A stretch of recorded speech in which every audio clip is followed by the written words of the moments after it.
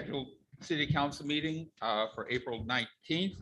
It's the fourth night of Passover, and happy Easter, belated Easter to everyone. City clerk, please. Okay, Councilmember Ferguson, Here.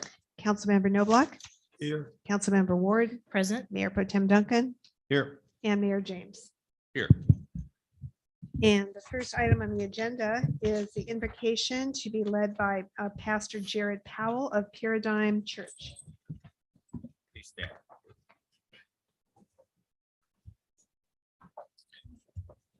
Let's pray. Heavenly Father, we take a moment to honor you before this meeting. Lord, thank you for the wonderful city of San Clemente. We are all so blessed to call it home. It is filled with wonderful people, incredible resources, rich history, excellent schools, and some of the most beautiful pieces of nature, from the hills to the trails, some of the best beaches in Southern California. Lord, I ask that your blessing would be on this town. I ask that you would bless the businesses, business leaders, and employees. I ask that you would bless and protect its citizens. Would you protect our children and families? Lord, I ask for specific blessing on this meeting and these leaders. Would you give them wisdom and peace about their decisions? May they model civic duty to the rest of the county and state. May they be unified despite differences. May their work make a difference to this community and help this great city to thrive. Thank you, God, for their willingness to participate in the great calling of governance. Bless this time. In Jesus' name I pray. Amen. And Pastor, can you lead us in the Pledge of Allegiance, please? Yes. I pledge allegiance to the flag of the United States of America and to the republic which it stands, one nation, under God, indivisible, with liberty and justice for all. Thank you, Pastor. Thank you, guys.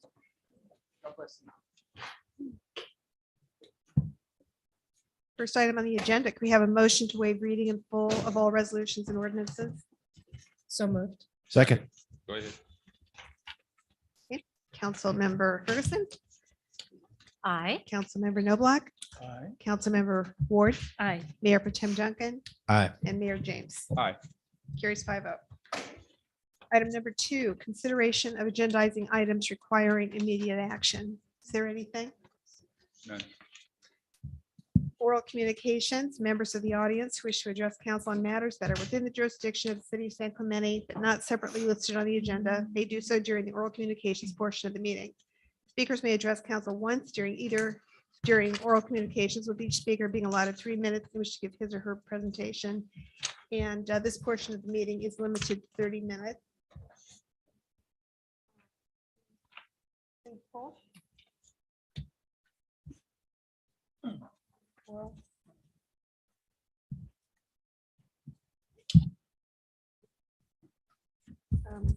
Amanda Kitnia.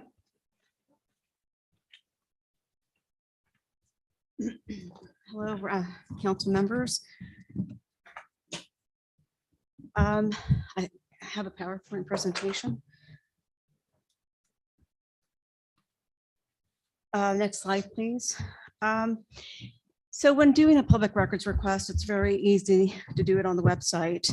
And of course, the city clerk's office has to abide by the government code 6250 and other codes such as government code 6255.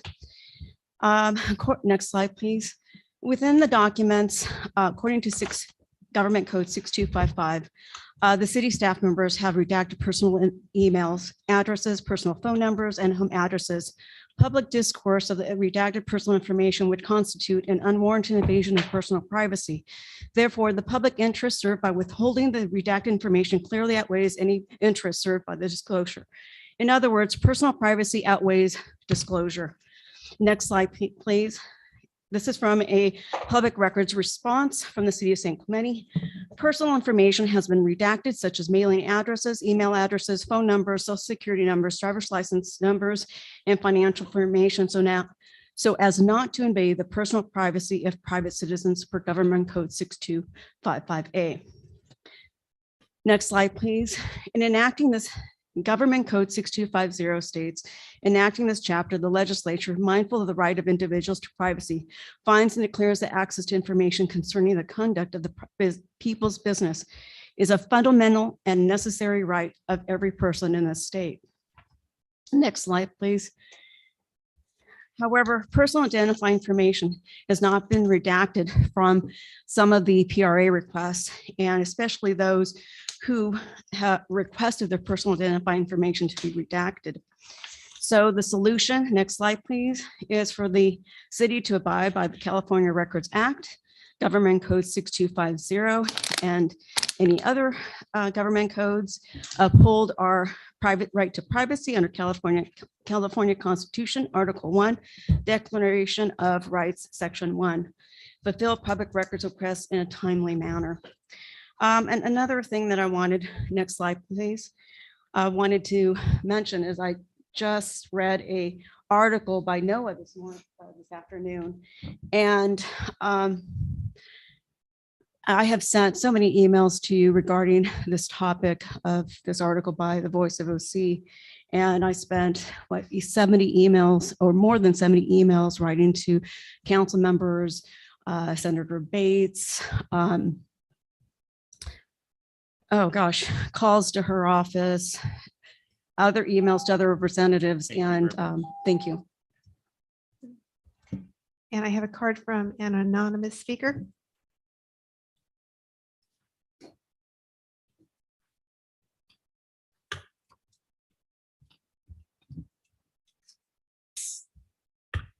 Good evening, Council. I'm going to briefly talk about the Public Records Act and some of the responses I have. And I've noticed of late, there seems to be a gross delay in getting records in a timely fashion.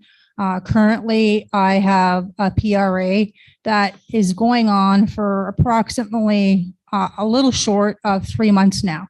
And additionally, as Amanda mentioned, when you do a PRA, sometimes they do redact private information or personal information if it doesn't serve the public interest in the disclosure. And additionally, sometimes records are withheld for legal reasons. And as per the act, the city has to cite the reason why records were withheld or redacted in whole or in part.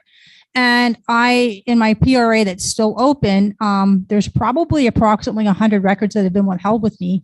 And I asked for a specific reason why each document was withheld from me. And it's been several weeks now, and I haven't got a response from the city. So I'd like to know a couple of things. What is a reasonable time frame to respond to a PRA? And is the city not obligated to cite the reason why they're withholding or redacting records whole and in part? Thank you. Thank you. City Manager, would you like to just to briefly respond to that? Absolutely. So there is another letter being generated by the clerk's office that will answer the public commenters' questions, as well as provide an anticipated date for the next batch of responsive documents to be received. Very good. Thank you. Mayor, if I Yes. may ask of the question of the city attorney along that note. City attorney, is there, number one, a reasonable amount of time that you state that we must respond, the city must respond to public records requests? And number two, if records are denied, does the law mandate the city explain the reasons for withholding? Mayor and Council, yeah, the Public Records Act does give the city 10 days to give an initial response. At that point, it can give the requester an ETA on when they'll get their records. If records are withheld, the specifics can't be disclosed if they relate to the content of the records, but a general idea about which exception applied to their withholding applied here. I know the requests we're talking about involved almost innumerable records, and so it has taken a long time for staff. We're not required to set aside every responsibility to answer an all-you-can-eat records request. And I think that's been a little bit about what's going on behind the scenes City with this Attorney, could request. you give us a response via email in more detail on that, please? Yeah, I think we can do that. Thank you. But that has been part of what's Thank going you. on this request. Thank you very City much. Clerk? Yes. Next item is consent calendar. All items listed on the consent calendar are considered to be routine and will be enacted by one motion without discussion unless council, staff, or the public request removal of an item for separate discussion and action. The public has requested the removal of item G. I think we're getting more.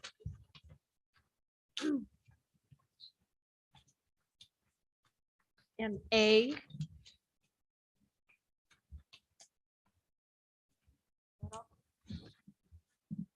A and G. Yes, that's all. Council members, D. Was that B as in boy? Okay. So that's D also. Mayor, I'd like to pull items 6A1 and 5A. Five. A, 5A, And 5A, yes. so both sets of minutes, correct? Are No, the, no, 5A is under miscellaneous That's page. Is that not in this? the G consent is- calendar is 4. It goes up to, oh, that's what's messing us up right now. It's consent calendar was 6, consent calendar is now 4. okay, thank you. In the future, can we have like a delineation or something in there about what's Absolutely. on consent? Okay, Absolutely. thank you. So I'll wait on 5A. Sorry about that. Very good. What we have removed so far is A, G, and D. Is it A 1 and 2 or just 1? Well, you're, Mine is only it- one. it says the minutes of April 12th. Okay, Okay, That's two. so it's 1 and 2. okay, 1 and 2. Excellent. And it's D2. Right, not D1. D2. Got it. D2, correct. Mayor, I'll move the balance. Second. Councilmember Ferguson, Aye. Councilmember Noblock, Aye. Councilmember Ward, Aye. Mayor Potem Duncan, Aye. and Mayor James. Aye. Carries 5-0. So first will be the minutes of April. What's that, April 5th? 5th. Mhm. Yes, okay, this is the item that I pulled. If you'll look at page 3.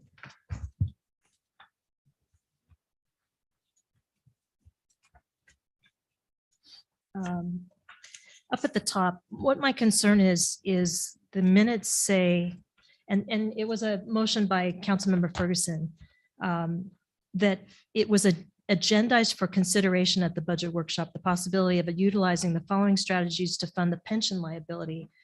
My memory is that it was to discuss these possibilities that were brought up, but I don't remember it being to agendize it for consideration. So I'm concerned with those words. And the reason that I'm concerned with those is that we already have policies on paying the pension liability that the council's voted on, the 321 plan. We all agreed on that. This is not following that.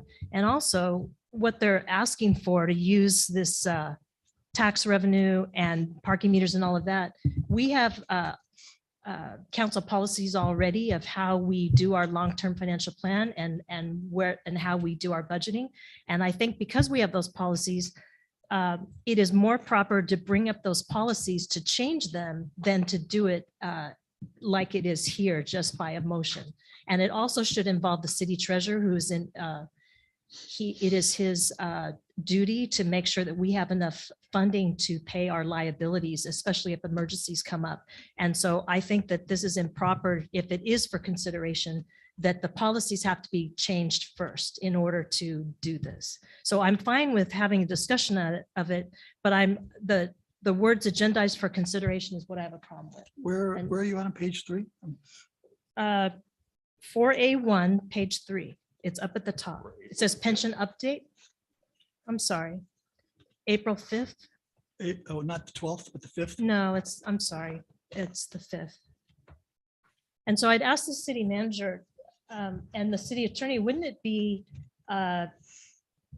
more going with city policy to change and to discuss those policies, especially with the city treasurer, than to move for consideration of doing things that don't follow city policies that are already adopted by city council.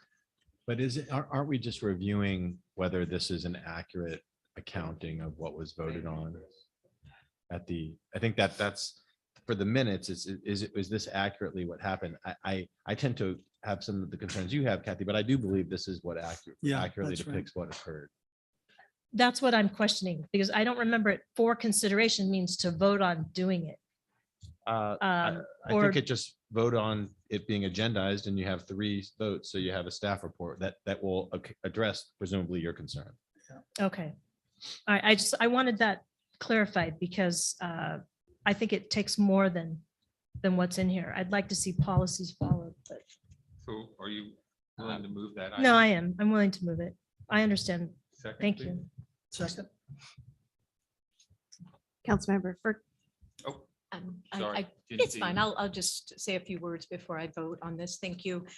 Yes, that does, the city clerk's office did capture exactly how that was stated. And I did have support from Councilmember Noblock and Mayor James on that as written. So I do support that. We can't rewrite or rewrite history of what happened April 5th. So I'm a yes. Thank you. Councilmember Noblock, Aye. Councilmember Ward,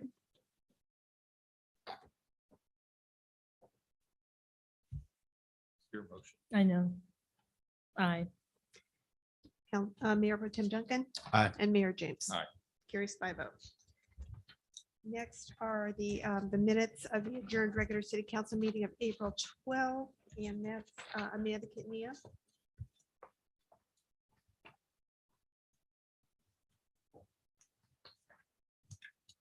Hello, council members.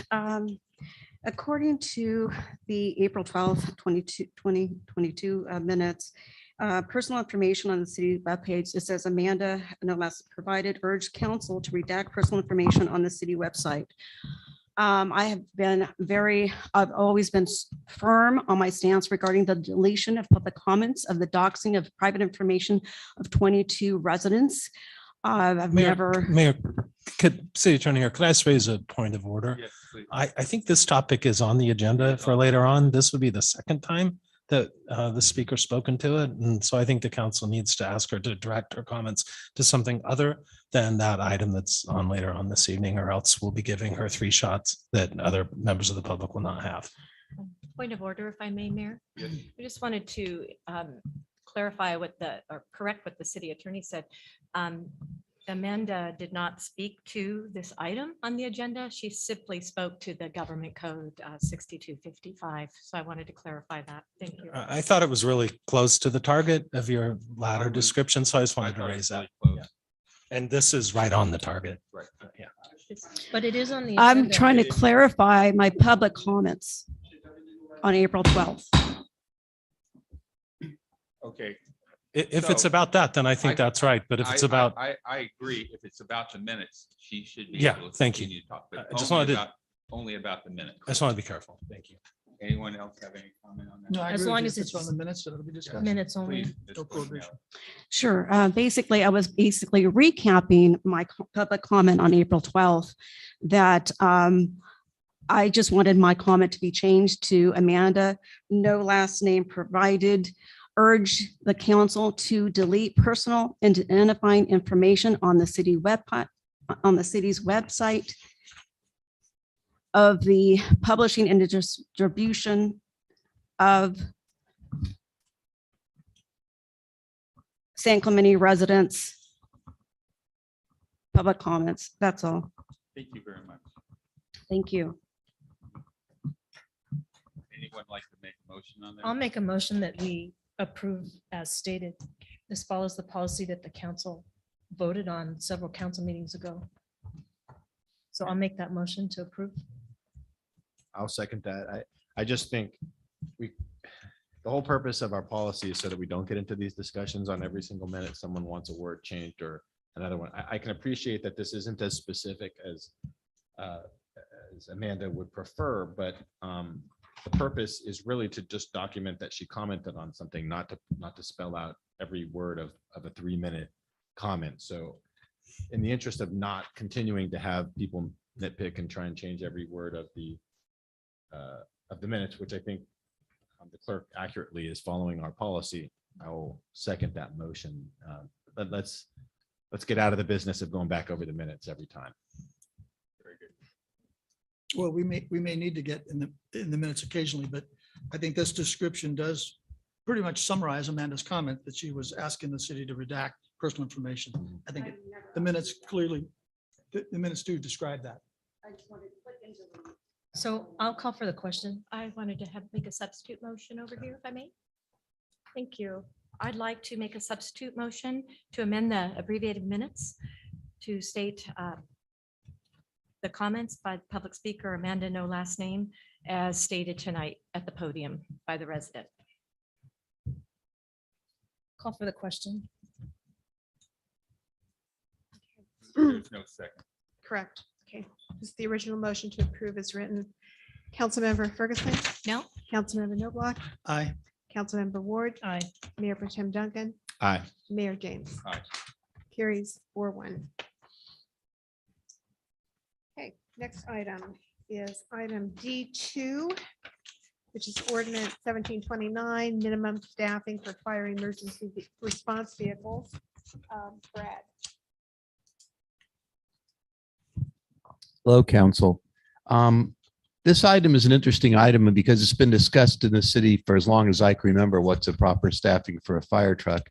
I believe the code is 3. I think the city's always done 4, and it went to 4 when there was funding for the 4th fire person from outside of San Clemente, so San Clemente wasn't paying for it. Correct me if I'm wrong, but I'm pretty sure that's correct.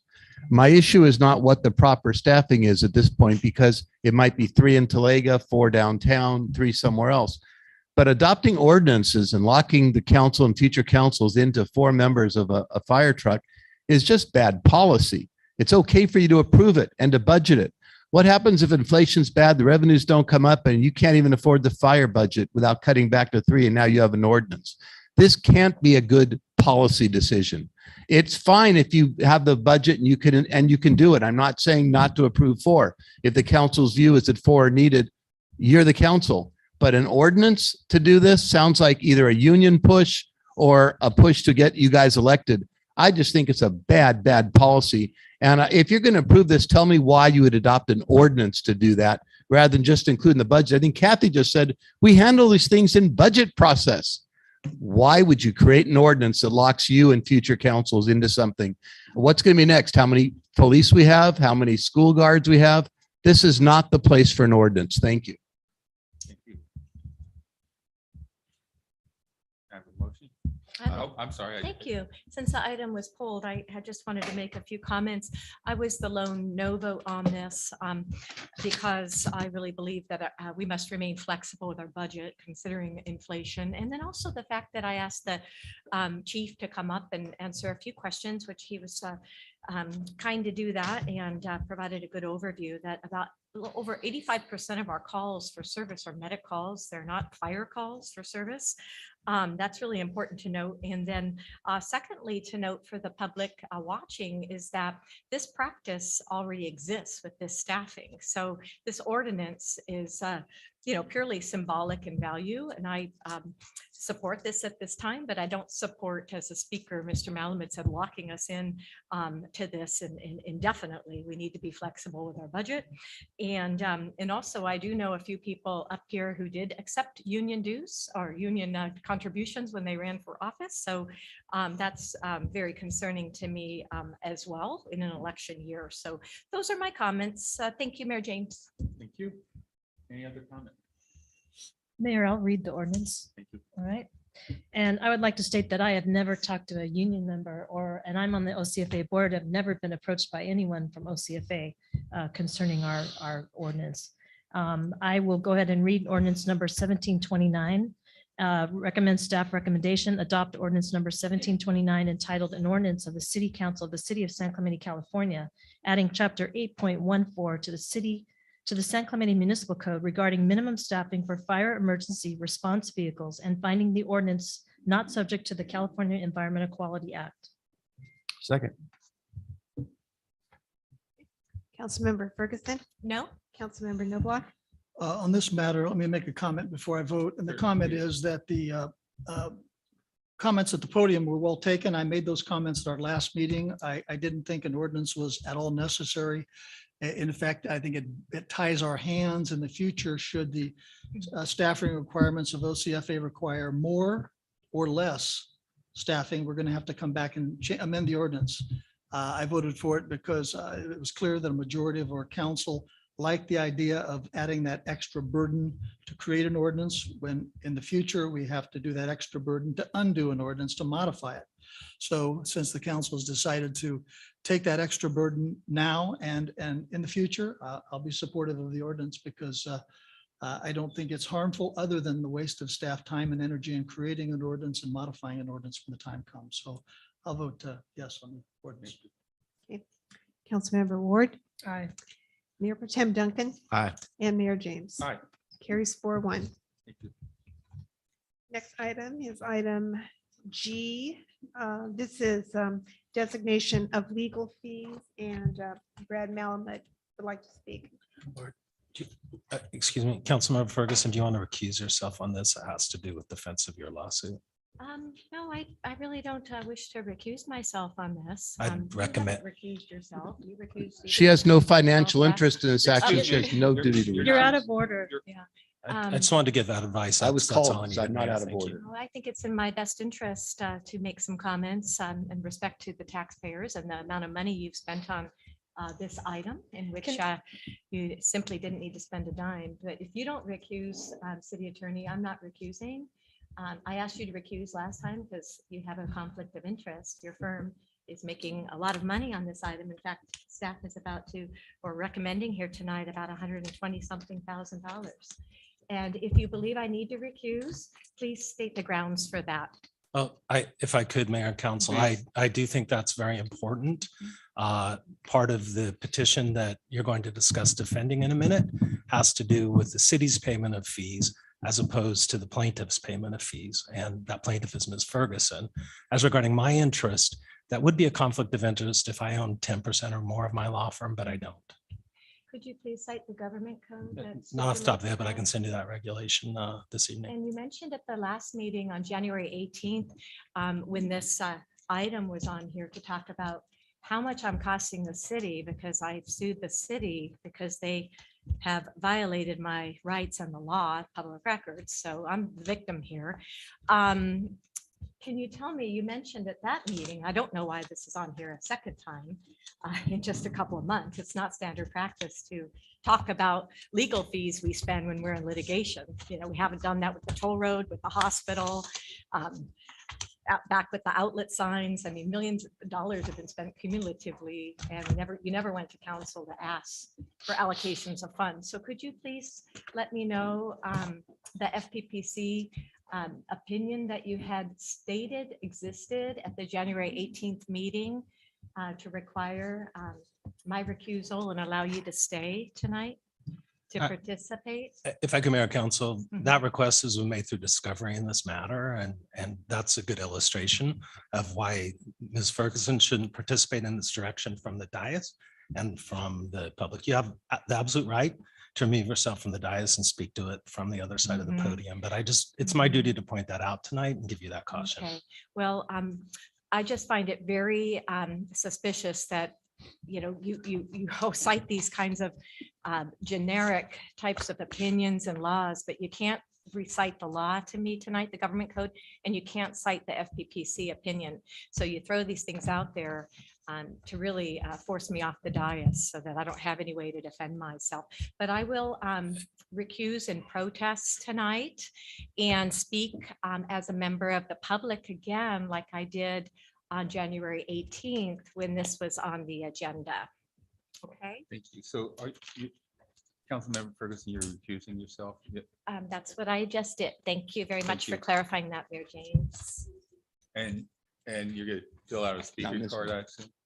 Yes, I'll fill out a speaker card. Can we have the question answered as to why this is agendized as an item here? You want any public comments first, or you want me to go ahead and respond to that? Let's respond to that Let's first. respond. So this is standard operating procedure for the city of San Clemente. We do designation of legal fees when we have a legal matter that exceeds $25,000. We bring it to the council's attention. We provide a budget of what it will cost to defend that matter. We've done that for memorial care lawsuit. We've done it for sober living. We've done it for toll roads. I can think of a number of designation of legal fees that we brought forward to the council to approve in open session. Okay, thank you.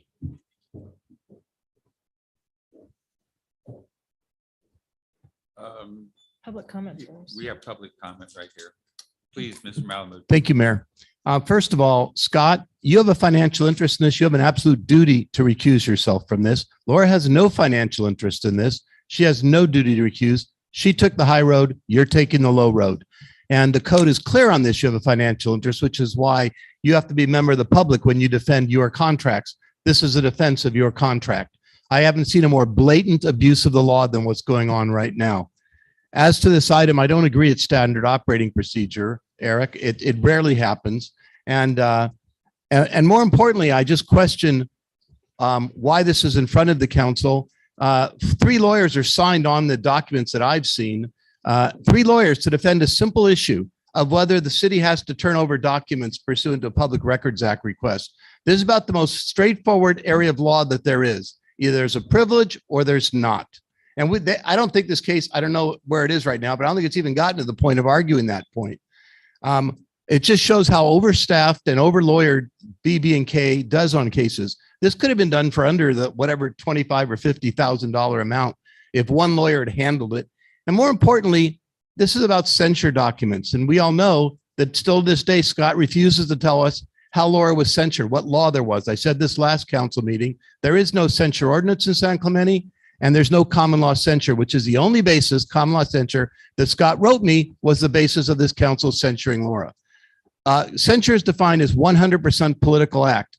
Therefore, why are documents being withheld? Why is this lawsuit being promoted? Why is the city wasting money at all on not providing documents that are by definition 100% political documents? So I asked this council, if you care about money, and Gene I know does, and I know Chris does, they both told me they care. I know Steve and Laura do. I don't know about Kathy. I haven't talked to her about it.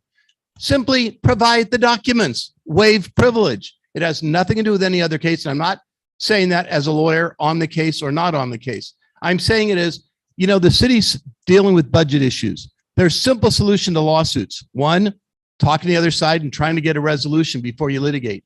2, finding a resolution short of litigation. Here, there is one. Provide the documents.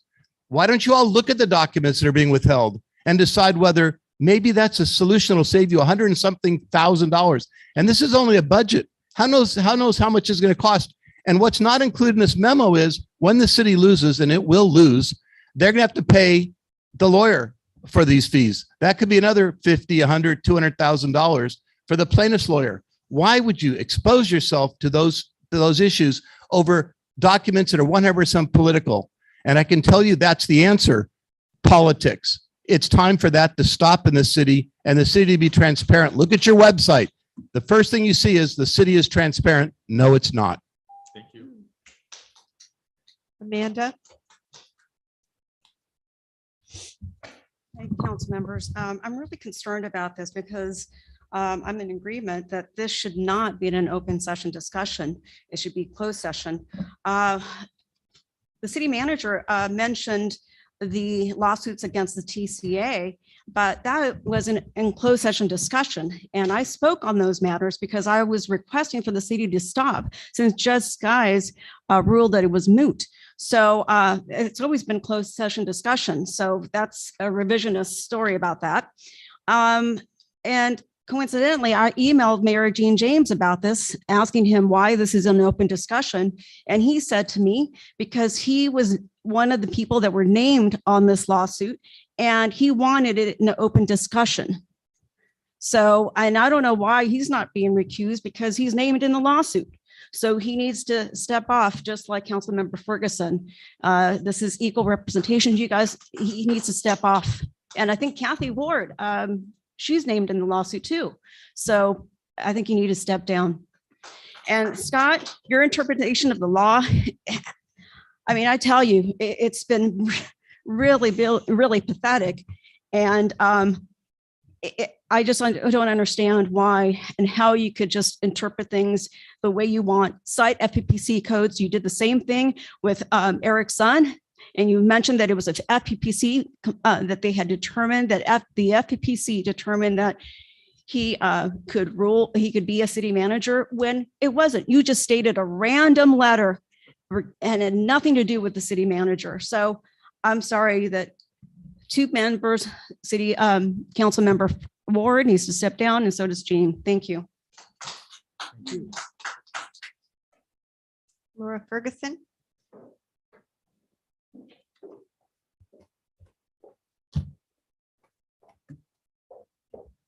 Hello. I just want to point out that this agenda report is so stupid. You need not be spending a dime on my quest for communications plotting my censure, which occurred on November 23, 2020. Last night, I took the time to watch the meeting from December 2020 when the new members, council members Duncan and Knobloch, were seated. And that is when I first placed this on the agenda with much resistance from Councilmember Ward at that meeting. It took a very lengthy amount of time just to get this on the agenda for the following month, but I had support to do so. And of course, we all saw when that happened, how it was sucked into closed session and it was never daylighted anyhow. But unbelievable that I can't get public communications, public records for this city plotting a censure, which is purely a political act. Can't be hiding that information. I seek to know, my constituents want to know why this was done, were staff resources used, and how long this went on. And you saw previously when this victim shaming agenda report was on the January 18th agenda, these legal fees, and here we are, part 2 again, that there were 128 emails being withheld. Unbelievable. Turn them over. Don't spend a dime. You've already spent $43,000. I take that back. And tonight you want to budget another $128,000. For what? To give me public communications of plotting a political censure. So I just have one more thing to say, that I don't have anything to hide. I've always been transparent. Share it all with the public.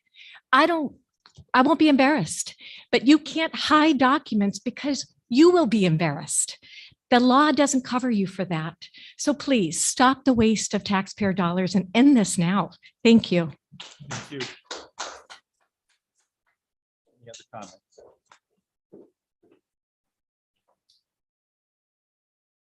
All right, I Any move, other comments? Discussion before we make motions. Certainly. I have a couple of questions if this is an appropriate time. I think it is. Mr. City Attorney, question, is there a budget on this item? You've brought a request to increase the fees paid from 41 to 128,000. Is there a budget? Was there an original budget when this case was filed?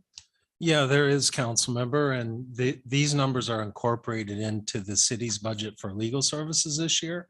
But to designate them for specific litigation prior to receiving a warrant on them, council asked for this additional pass at that budget. What is the budget? I've never seen it. Is there a budget specifically for this item, and where is it? Do you remember the gross number, Erica? So to answer your question, the $40,000 that the city has spent thus far has been budgeted legal fees within the legal fee budget. However, as what's presented to you tonight is an additional ask of $128,000.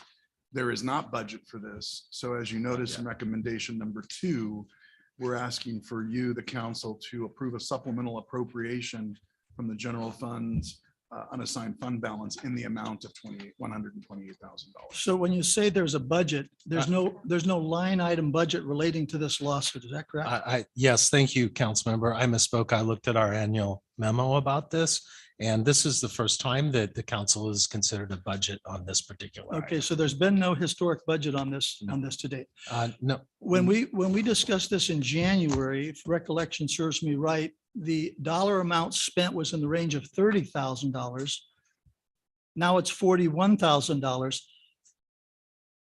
There's been an action filed and some relatively straightforward discovery. We spent $41,000 on a case that is basically at the preliminary stages of discovery? Yeah, I wouldn't say it's in the preliminary stages at all. This has been an extraordinary amount of discovery, in our view, for a case of this simplicity, let's say. But yes, it's been, to use my colleague's words, amped up from the plaintiff's side. How many lawyers has BBK assigned to this Uh, case or have worked on the case so far? There's a litigation partner and a litigation associate that work on it. Have you worked on it as well, Scott? To the extent that I'm liaisoning with you. So a total of 3 BBK lawyers? so far There's worked on also this? Christine Wood, who's head of our Public Records Act, who they've called in So for her four expertise. lawyers so far. Yeah, I think so, working and a on this. paralegal or two.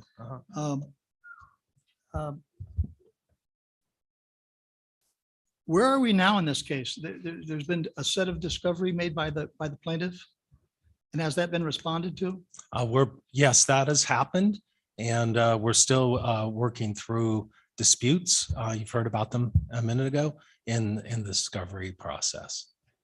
So we're in the initial stages of discovery. There's a reference to a second stage of discovery on this, is that? Yeah, that will be where we meet and confer on and ultimately seek the court's direction. And that hasn't happened? That hasn't happened yet? No, that's coming next. Okay, why hasn't that happened yet? This lawsuit's about a year. It's quite old now. Is there some reason why that hasn't happened? The yet? lawsuit was dormant for quite a while due to COVID and the court's ability to get in and. But that discovery work is done outside the court. Those are all done by email and by service. Well, discovery was served on us by the other side, so I don't know why it took that long. Scott, the letter says that this money's being requested. Does the $128,000, what does that get us? What are we budgeting for the additional I think $87,000? that anticipates a trial on the merits in the case.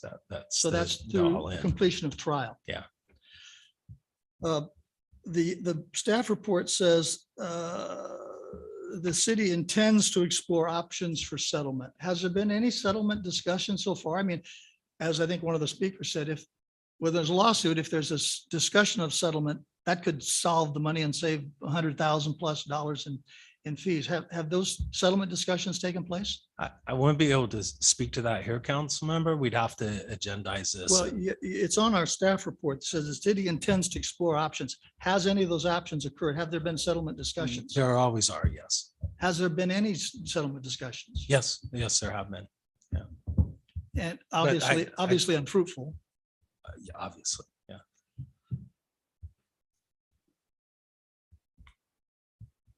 Council member. Can we move the item? Well, I have a few questions. Okay. How much of this is deliberative process and how much is attorney-client privilege as a percentage? Well, none of it's all attorney-client privilege all at this attorney-client. stage. The council considered whether to offer up documents that could be protected under the deliberative process because that's not as clear cut as case law relating to the attorney-client privilege. Those records were released. Has there been any request for deliberative process from the plaintiff's side on this? Well, there has been, but the city has delivered the records that it We might delivered otherwise. those Yeah. records. Okay, got it.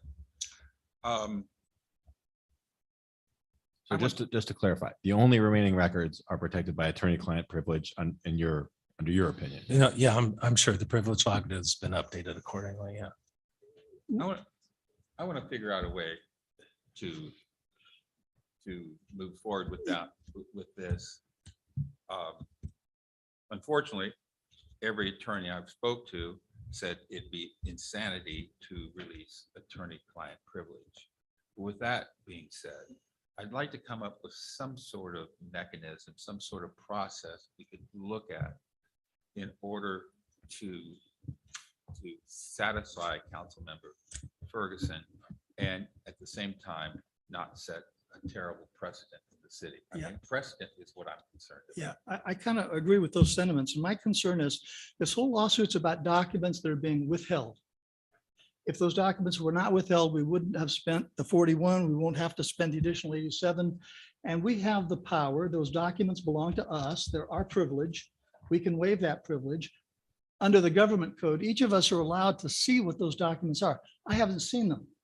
I don't know what we're holding back. I requested them this morning from our city attorney. I don't have them yet unless something's missed in the email. You're coming close to where I'm going, real close. Well, my concern is before we commit this money and send the litigation gladiators off to the arena, that we look, that this council look at the documents that are being withheld and say, do we intelligently care one way or the other? I know generally as a precept, and my council colleague here, I'm sure will agree with me, that you generally don't want to disclose anything that's confidential. But if the information is not scary, dangerous, nasty, or something that for some reason we really want to guard, as I think Laura mentioned, transparency is one of the foundations of civic government. And if it's something that we can simply disclose and get this case over with, because it's just a request for documents. And I haven't seen them. I'd like to see them before we spend another $100,000. And for a few thousand dollars, I'm wondering if you would support me in an endeavor in which we would look at totally recusing Scott from this matter and going out and hiring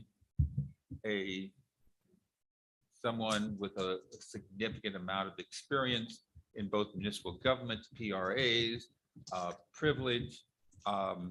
We probably have that person living in our city, and someone that the four of us could agree upon to not only look at the documents, walk us through those, each and every one of those documents. As like a mediator or some advisor regarding. Not a mediator, Okay.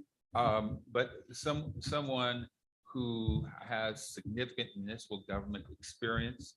And I don't have them in mind, but I'm saying we could go out, recuse BB&K from this matter and spend, I don't know, $5,000 or $6,000 before we spend $128,000.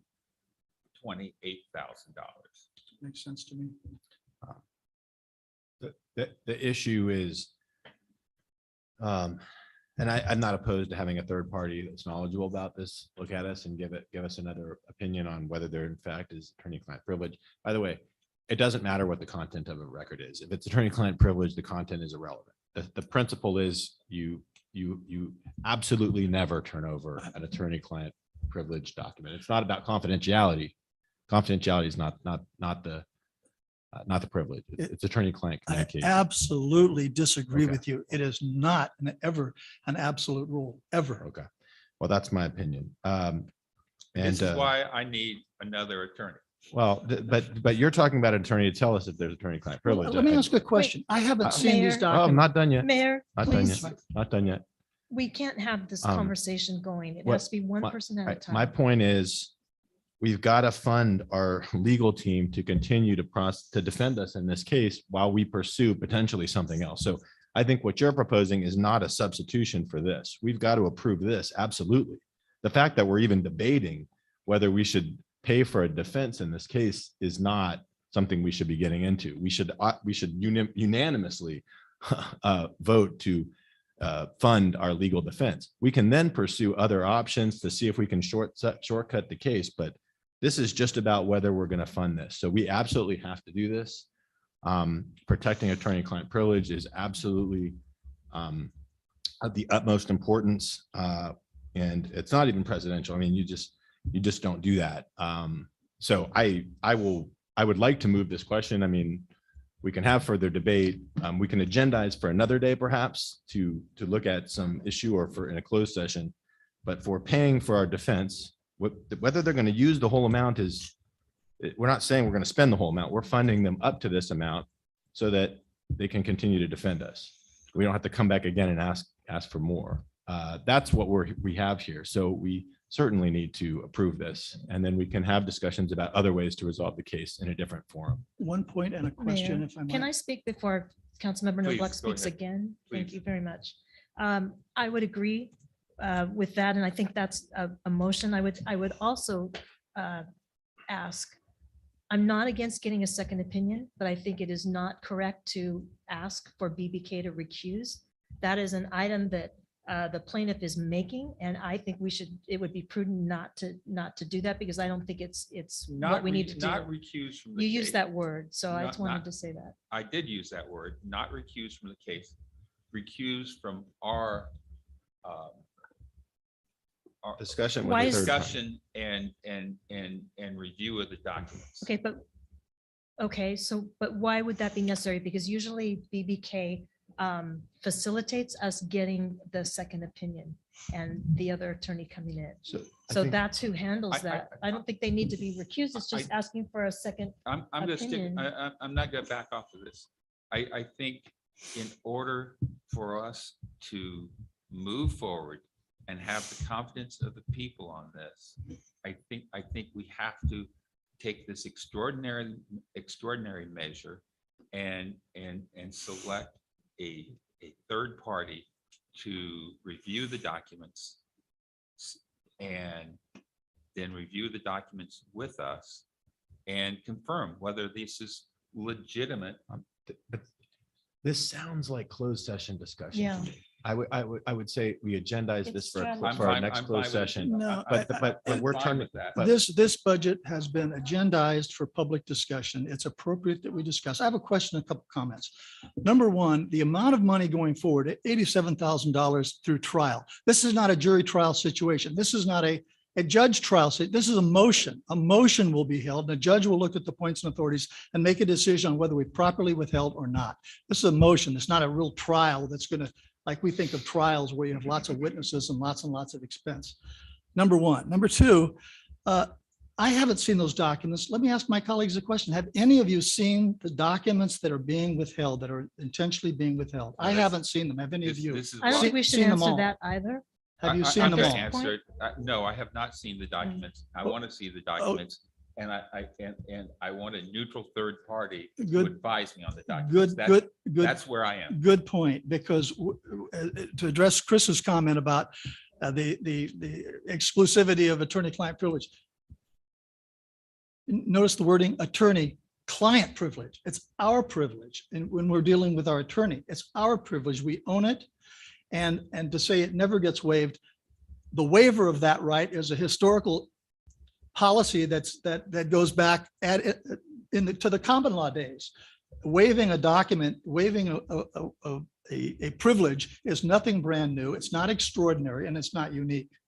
We do have that power, and we can save the taxpayers $100,000 by looking at these documents. And if the majority of us agree that they need to be protected, we'll go ahead and have our jury trial. But we could spend a lot less money by simply saying, look at the dang documents in the name of transparency.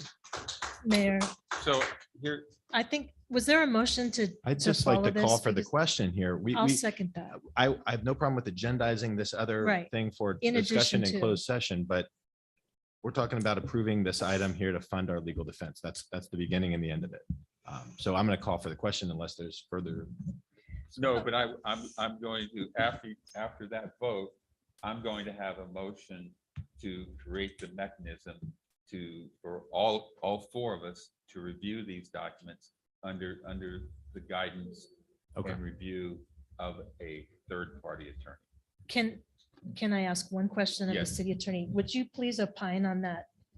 Because I have concerns about opening this up and making it this big deal when we've already done this. We've already looked at this and provided the documents. Yeah, And if now it's I- opening it again. So Good Mayor and in Council, public. the council has considered a matrix of these. You haven't read them all, but we did present to you to clarify a matrix of them and which categories of communications are in them. So we've done that, but I recommended in our annual review, especially when council members are involved in litigation against the city, that someone other than me do that. So I think we could figure that out. The process to find that person, their qualifications. I would want to be completely separate from that. I don't care that they report to you directly at all, but it's something I recommended last month and wouldn't have a problem with it. Okay, so There's a within motion that on the parameter, floor. Mayor, you would Is there a motion on the propose floor? that? Well, after this vote, All I right. will Okay. propose I'll that. move that we adopt the staff recommendation for this item. I'll second that. I'm going to make a substitute motion. And the reason I'm making it is because I think that before we unleash another almost $100,000 in legal fees, there's no rush on this case. They're already being withheld. There's no pressing items that need to be addressed by litigators or other attorneys where we burn more taxpayer money. Jean made an excellent comment about having a third party look at these documents that none of us have seen. We're litigating documents, the withholding of documents we haven't even seen, which is phenomenal. And have you seen them, Kathy? I'm not going to say one Okay, or another okay, because well, I then think if you you're want- going too None far. of- Then I'll flung make here. my comment. None of us have seen it. I haven't seen it. You're Jean, making you've your own admitted you statement haven't there. seen it. I think, Jean, your suggestion is appropriate and I think more timely. And I think if my subject motion would be that we pursue immediately your suggestion of having a third party having us review the documents and having a third party walk through and make a decision whether we really want to hold on to them or disclose them. And that's my substitute motion. So basically, he's asking to waive attorney-client privilege. He keeps No, saying I'm it's not- just I'm not doing documents. that. He is actually. That was saying not my motion, Councilwoman So- Ward. It's My essentially that. motion was, Let's We'll decide on whether to. Well, Wait, now we're let not me- gonna, allow. let me Councilmember make, Noblock to his motion. let me make my motion. My motion is to have, before we authorize or spend any more money on this case, that we hire a third-party municipal law expert to review the documents. We review the documents and we decide as a council in closed session whether we want to disclose those documents or not. And we do that before we spend any more money on litigation. So city attorney, I'm of the opinion that we defer this vote on authorizing this $128,000. How would that impact our legal standing if we don't approve it tonight and approve it on May, whatever it's going to be, 18th, 19th, Well, or May 3rd? the case is active, Mayor and Council. You've instructed us to defend it. Costs are accruing. Of course, my firm can carry those. But we're defending the case because that's the direction you gave us. And that generates a warrant I'll to pay for that defense. I'll modify my motion to include that we ask BBK to stand down until we've completed the review. I'm certain we'll miss deadlines in the case if we do that. I'm absolutely certain that those are pressing. We'll miss deadlines in the case. I'm sure opposing counsel will agree with We you can to ask, extend those yeah. deadlines. We are And not if the not, ones you that can are let us know pushing this. immediately. It's the Well, plaintiff. is there a second to the substitute motion? I need to hear it again. I need to understand from the city attorney, what deadlines are we going to miss? There's depositions notice, discovery's active. I don't have them in front of me. I'm not managing the case. But again, Let's- there's no problem with our Council- advancing that work. Councilmember Noblock, would you be okay with approving $50,000 at this time? And we could come back for the other $78,000. Yeah, Mr. Mayor, I'm not in favor of improving one dime for this case until we've looked at the documents that are being requested to see if we want to release them. It's so simple. This is not a complicated case. And I think we've spent 41,000 and we're going to spend another 87 potentially. So I appreciate the suggestion to split the baby, but I can't support anything. I'd like to have your approach before we spend another dime and hope we save the taxpayers a few bucks. I'm just concerned about missing Yeah. deadlines and having sanctions. against City, the Mr. City Attorney, you could communicate directly with opposing counsel to say, were you willing to extend or waive these deadlines pending this review? Is that, and then we wouldn't have deadline issues. Well, first we fund the defense and then we Right. can have him ask those questions. Yeah. That you're putting the cart before the It horse. is, here. no, is the 41,000, is there any money in the litigation budget to ask a question without authorizing another $87,000 in expenditure? I think there is. We won't get back till 2 weeks. The last extension we asked for was denied, council member. So I'll just give you Well, that by way the of last, context. the last discussion didn't take place after this No. meeting where Mayor James has suggested a logical and reasonable approach to resolving this case. Is there a You- second to you- the substitute just a minute, motion? I need to understand. You're saying 87,000. Where's that? We've already spent 41. 41 and they're looking at authorizing another 128. No, another 87 to make a total of 128. No, that's No. not correct. No, it's not correct. You want an additional 128? That's right. So it'd be 169? Yes. Holy mackerel. Mayor, this is being discussed totally as if it's the city wanting to spend That's 180 or $128,000. It's not. This is being led by the plaintiff. And we need to be clear on that. And one thing that I need to tell you when you're talking about putting this off to another meeting is I will be on vacation for the next meeting. So you're looking at the second meeting of May.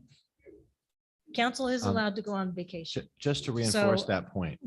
I think we need to fund this so that we can Okay, so- respond to the plaintiff's counsel. The easiest who's way to finding- save the city money would be for the plaintiff to dismiss the suit so that we don't have Absolutely. pursuing just to get documents here. That would be the easiest way for the money to go away. So That let's be would clear be- about that. Yeah. Two, this is just paying for defense that we already directed our attorneys to do. And now not funding them midstream in the middle of the second round of discovery is just not a prudent thing to do. So we need to approve this. We can pursue other measures to try to find an earlier resolution from the case. I'm more than happy to pursue that, but the question is, do we properly fund our defense of a Okay. case we did not initiate? In response to the mayor's question to me earlier, would I support a compromise of 50? I don't think I could, but I could support a compromise of whatever it takes to make that phone call to opposing counsel to extend the deadlines. And I could approve a $5,000 advance to answer that question, because I don't think that's going to be one phone call at $200 an hour. Then we'll be back in this very same place. We're going to be back in this if we agree with the mayor's proposal to review the documents that none of us have seen to decide whether we We really would- want to. Steve, we taxpayers do will be that done. simultaneously with defending the case. So they're not two different things. So I would say we don't have a second for the substitute motion, so I'll call the question. It's the original motion to approve staff recommendation. Councilmember Noblock, I can't support the motion. I think it's a waste of taxpayer money. We have a mechanism to speed up a resolution, and I think we ought to pursue that. And I think it's a straw man to argue that we have pressing litigation needs that have to be addressed.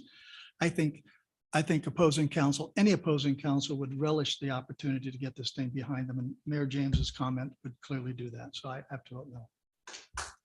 Councilmember Ward, And I'm going to vote yes, and I'm going to make a comment since you made a comment, is I'm voting yes is because all along the opposing counsel has not worked with the city and has been driving this. And so we need, as the city council, to protect our residents and fund this. And it's not going to mean that it's going to get paid out, but it's up to the plaintiff to change this. We are duty bound to defend the city. That's my comment. Mayor Pro Tem Duncan. Aye. And Mayor James. All right. Carries 3, So now I- 1. I have a motion that we go out and this council here, the 4 members of this council, agree upon and select a third-party attorney who is versed in municipal law and First Amendment issues. And we have that attorney review the documents. All 4 of us should review the documents, and I'm talking about every document, and then get an opinion from that attorney on, is this truly attorney-client privilege, or is it not, or is it? Additionally, I want to know if there's anything nefarious that might be found as well. So until I see those documents, I'm going to have an unanswered question on what we need, on how we handle this going forward. So my motion is to have to select a third-party attorney for us to review those documents with that attorney and come up with a report on what we have found and what we're going to do. I'll second that. And I think it is prudent to look, especially we have BB&K involved in the underlying action. I think it's a sound practice to have an unbiased third-party expert counsel us on that. Whether we take that advice or not is up to us. So but I can approve that or second that. I'll call for the question. Councilmember Noblock. Well, I support the motion and I'll be voting yes with this comment. The comment was made earlier this evening that the plaintiff's counsel hasn't worked with the council. They haven't worked with the council because they haven't got what they want, what they in good faith feel they're entitled to. So it's not, working with the council doesn't mean rolling over and going away. It means getting what you think you're entitled to, and they haven't. So the fact that the opposing counsel hasn't worked with the council. And is I really would a caution non you to sequitur and not a litigate non-argument. the So matter here that at being- the dais. That being said. We've that- had enough that- attorneys on That being this. said, He needs let to me stop doing finish that. Please. let me No. finish my comment.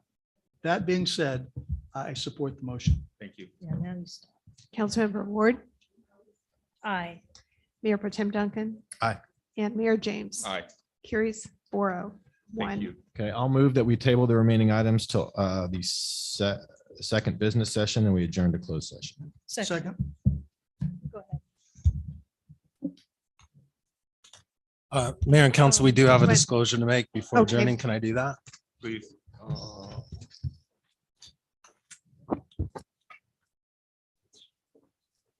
This has to do with the item relating to anticipated litigation. I just want to read this disclosure. The Brown Act allows the city council to meet in closed session when a point has been reached where, in the opinion of the city council and the advice of its legal counsel, there is significant exposure to litigation against the city. These facts and circumstances can include facts about, quote, an incident or transactional occurrence if they are announced prior to a closed session. This exception does not depend on an actual threat made by a potential litigant. I want to say that for the council's consideration, I believe the quantity, intensity, and persistence of allegations of First Amendment and civil rights violation over the city's public retention and public access to documents relating to November 22nd, November 23rd, 2020 city council meeting suggests a real possibility that someone could file a lawsuit to address them. This discussion hinges on the city's treatment of records in very unique circumstances, i.e. records provided to council in its deliberations on a very controversial item at a virtual meeting. It involves balancing the tension between the city's transparency obligations under the Public Records Act. These records have been given to other people. And the Public Records Act might suggest that they need to be given to other people. On the other side of that tension is privacy interests. I think there's the potential for litigation from both sides of that equation and desire the opportunity to advise you on them in closed session. Thank you. Mayor. Mr. Mayor, we do have Have 2 comment. speaker cards Oh, on closed session. I'll hold for my you. comments. Thanks. Okay, first is an anonymous speaker. Yeah, so something happened to my PowerPoint, so I'm going to use Susan's, which is going to be listed as Susan Doxed under item 10A. So for the record, I did not threaten litigation at the last council meeting, and I sent the city a letter saying I did not threaten litigation against the city in regards to the doxing of citizens and the city's refusal to correct the matter. What I did say is there'd be legal action, given that DA Todd Spitzer publicly and privately stated that he directed the city to remove all redacted public comments that have unredacted personal information from the city website. Okay. And then I went on to say, just how many letters of caution from the OCDA does it take for the city to comply with government regulations and policy? And if you look above, that is a letter that came to the city and to individuals from DA's Todd Spitzer's office that I just read off. And in that they assured the residents and members of council that the city did comply and redact or take down all private information. But if you go to the next slide, please, what you'll see is still a footprint, a blueprint of the city's doxings of citizens. So all they did redact it on the actual document for a few members of the public. Where you see next to Susan's name where it's all blurred out, I blurred that out, and that's a private email address. Okay, so the city has not corrected the matter, and the city is still refusing to do so. And I'll speak about this more in open session. Thank you. Thank you. Brad Melvin. Scott Smith, you should be ashamed of yourself. That was the greatest act of double talk I've ever seen in my life. You didn't cite a single government code. You cited accurately that it has to be in the opinion of council. Council has not voted that in their opinion, they believe litigation is going to occur. You made this decision unilaterally, which is not what the government code says. So you might want to read the government code. You've been a lawyer for over 35 years. You know better. You said that the reason you believe that there's a potential litigation is because of the quantity, intensity, and persistence. Nobody's filed a lawsuit on this. It's been going on for, I don't know how many months. No lawsuit's been filed. Martina and I both told you we're not filing a lawsuit, and we've been the vocal people about this. So there's no potential for litigation. All we've asked you to do, the city, to do the right thing. Eric's had a choice. He could end litigation tonight by doing one of two things, taking these documents down off the city's website or redacting them and leaving them up. Then, like we talked about earlier, for 30 minutes, there's no lawsuit potential. This is a sham. This is how the citizen should not be treated. There is no right to go in closed session. All you're doing by going to closed session is opening up the opportunity to be sued for violation of the Brown Act. Why would you want to do that? It's coming up in open session anyway. What is it you have to hide? What is it Kathy has to hide? She's the one that wants it in closed session. You know, I talked about you guys being cowards 2 weeks ago. Well, this is a cowardice act. I'm not calling you individually cowards. I'm saying it's a cowardly act to go into closed session when the city claims transparency and then hides behind a city attorney misapplication of the law, misstatement of law, and his own statements alone prove there's no chance of litigation because nobody's filed. This could have been filed a long time ago. I think it's crucial that you guys have the city manager, a city attorney, before you go in, read you the government code that applies to this. And there's another issue that's a problem why you can't go into closed session tonight, because everybody knows what this is about. And yet item 2 does not state what it's about or who the parties are. That's required. So the public knows what this action's about and can speak to it. The failure to disclose what this action's about and who the potential litigants are and what the litigation is means that this disclosure does not meet the Brown Act. So you cannot go into closed session tonight. If Scott believes you can go into closed session, all would have to be in the next council meeting.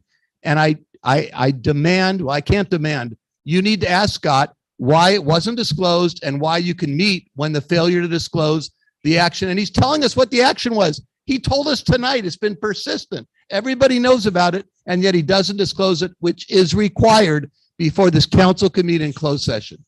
Thank you. Is there a motion? Yes, the motion on the floor Some comments. by Mayor Pro Tem Duncan is to defer the remaining agenda items until after closed I'm session. confused. Is there a motion on the floor? To recess. I would make a substitute motion on the recess. I would move that we move into closed session to consider items 1 and 2, but that we not consider item, when I say 1 and 2, I'm talking about the TCA and the other item, but not the redacted item, because for several reasons. Number one, there's been no threatened litigation. I know the city attorney said he thinks there could be. There clearly isn't. The parties that even mentioned it, that prompted our conversation about litigation, both of them have said, we're not litigating anything.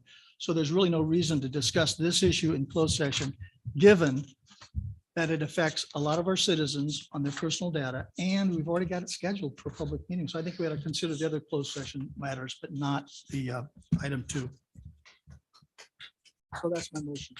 I second the motion, and I have some comments as well. I wanted to note that I did write the city attorney. This is before I picked up my closed session memo last night after providing my language to the city clerk for permission to get my closed session documents last night.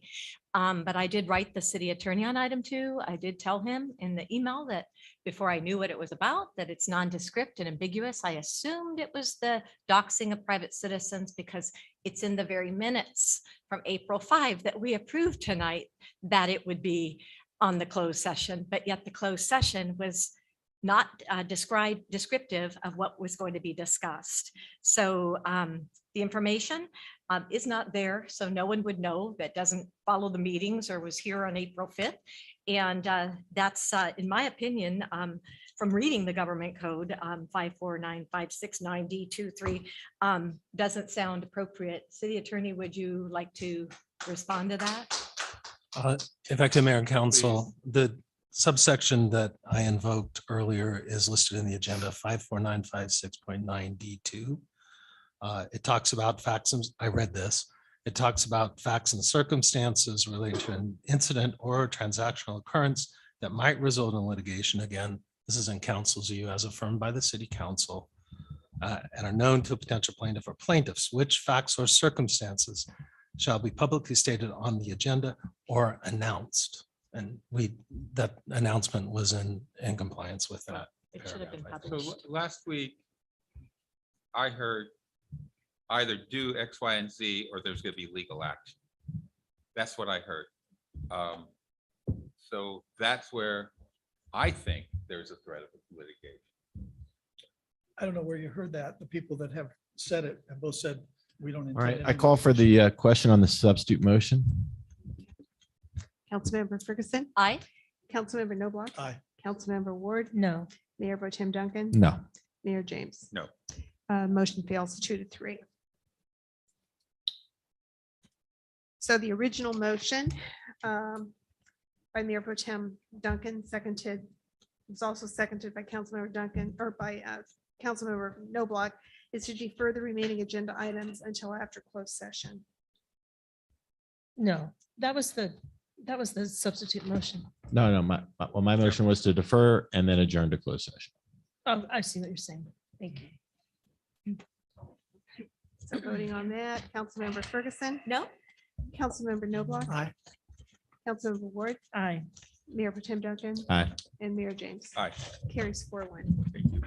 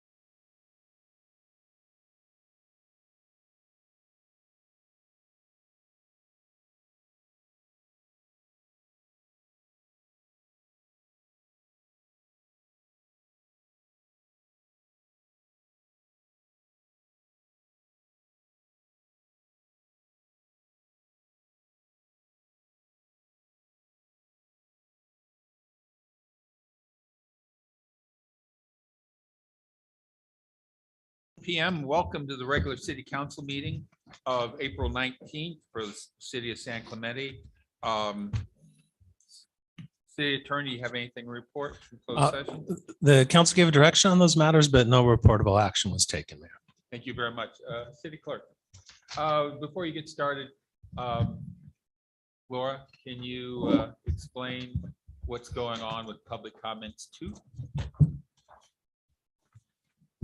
Step up here so I have a mic.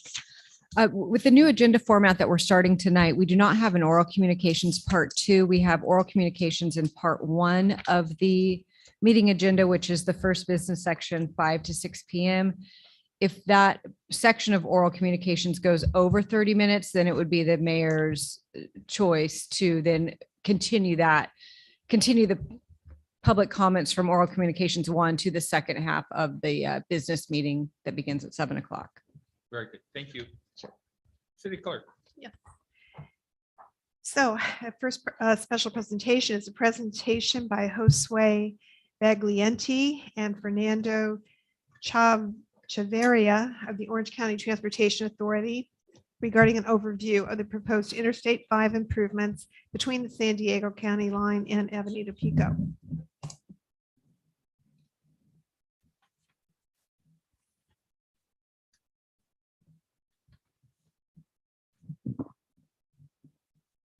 Good evening, everyone. Before I start, we just wanted to confirm if the PowerPoint could be loaded. There we go. There you go. Perfect. Thank you. Good evening, Mayor James and City Council members. My name is Josue Vaglienti, Senior Project Manager in the Highway Department of our Capital Programs Group at Orange County Transportation Authority. Joining me tonight is Mr. Lance Larson, Government Affairs Executive Director, as well as Mr. Fernando Chavarria, our Outreach Manager for this project. We're pleased to provide a brief overview and an update on the I-5 improvement project from the San Diego County line to Avenida Pico. Next slide, please. As illustrated on this slide, our project is primarily located in the southern half of the city of San Clemente. As a reminder, this project is one of 3 projects that resulted from discontinuing efforts on TCA's South County Traffic Relief Effort project. The project length is approximately 4.8 miles. The environmental consultant team began working on the project last year on March 1st. OCTA is the implementing agency for the project approval and environmental document phase. Caltrans is our partner, as well as the lead agency for NEPA and CEQA. City of San Clemente is also another partner and has been and continues to be an active member of our project development team, especially Mr. Zach Ponson, who as acting Public Works Director has had a great deal of historical knowledge applied to the project. Next slide, please. More specifically, the project's limits span from just north of Christianitos Road on the south end, shown on the right side of your screen, to just south of Avenida Pico on the north end, shown on the left side of your screen. The interchanges within the project are shown for reference in the orange boxes. In addition to completing the HOV lane system through Orange County, the project would also introduce similar existing improvements introduced along I-5 just north of the project, north of Avenida Pico. Primary improvements include bridge widening work at undercrossings and overcrossings, reestablishing existing auxiliary lanes, providing ramp tie-in modifications, as well as retaining walls and sound walls. The Concordia pedestrian overcrossing will also be replaced to make it more ADA accessible. Due to its proximity with San Diego County, the project will continue to coordinate with stakeholders such as Sandag, Caltrans District 11, and Camp Pendleton. Next slide, please.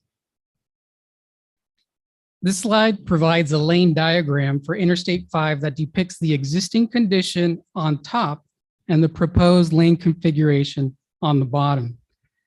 The project improvements include adding an HOV lane in each direction along I-5, which is shown in red, reconstructing auxiliary lanes between interchanges where they exist today, and adding a new auxiliary lane approaching the southbound off-ramp to Christianitos Road, shown in blue.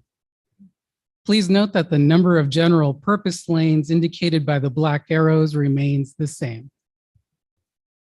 Next slide, please. Some of the environmental considerations on the project include the following. Roughly half of the project is within the coastal zone boundary, which is highlighted in green on the slide. Therefore, a coastal development permit will be required in the subsequent final design phase. We have established communication with the California Coastal Commission and continue to periodically update them as the project progresses. The CEQA and NEPA documentation for the project is that of an environmental impact report and environmental assessment. As part of Senate Bill 743, new CEQA guidance and metrics for vehicle miles traveled, otherwise known as VMT, developed by Caltrans for projects on the state highway system, also apply to this project. Next slide, please. The current and near-term activities on the project include completion of preliminary traffic analysis and geometrics, initiating draft environmental technical studies, initiating draft engineering reports, as well as onboarding a public outreach consultant in late 2021 to supplement OCTA's outreach team.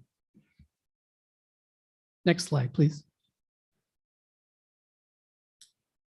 The graphic on this slide includes the anticipated milestone dates for the project. The overall duration of the PAED phase is anticipated to be between 32 and 34 months. As noted, the public scoping meeting is scheduled for this summer, most likely in early August. The public circulation of the draft environmental document and public hearing are anticipated in spring of 2023, and the environmental study effort concludes with a final environmental document by winter of 2024.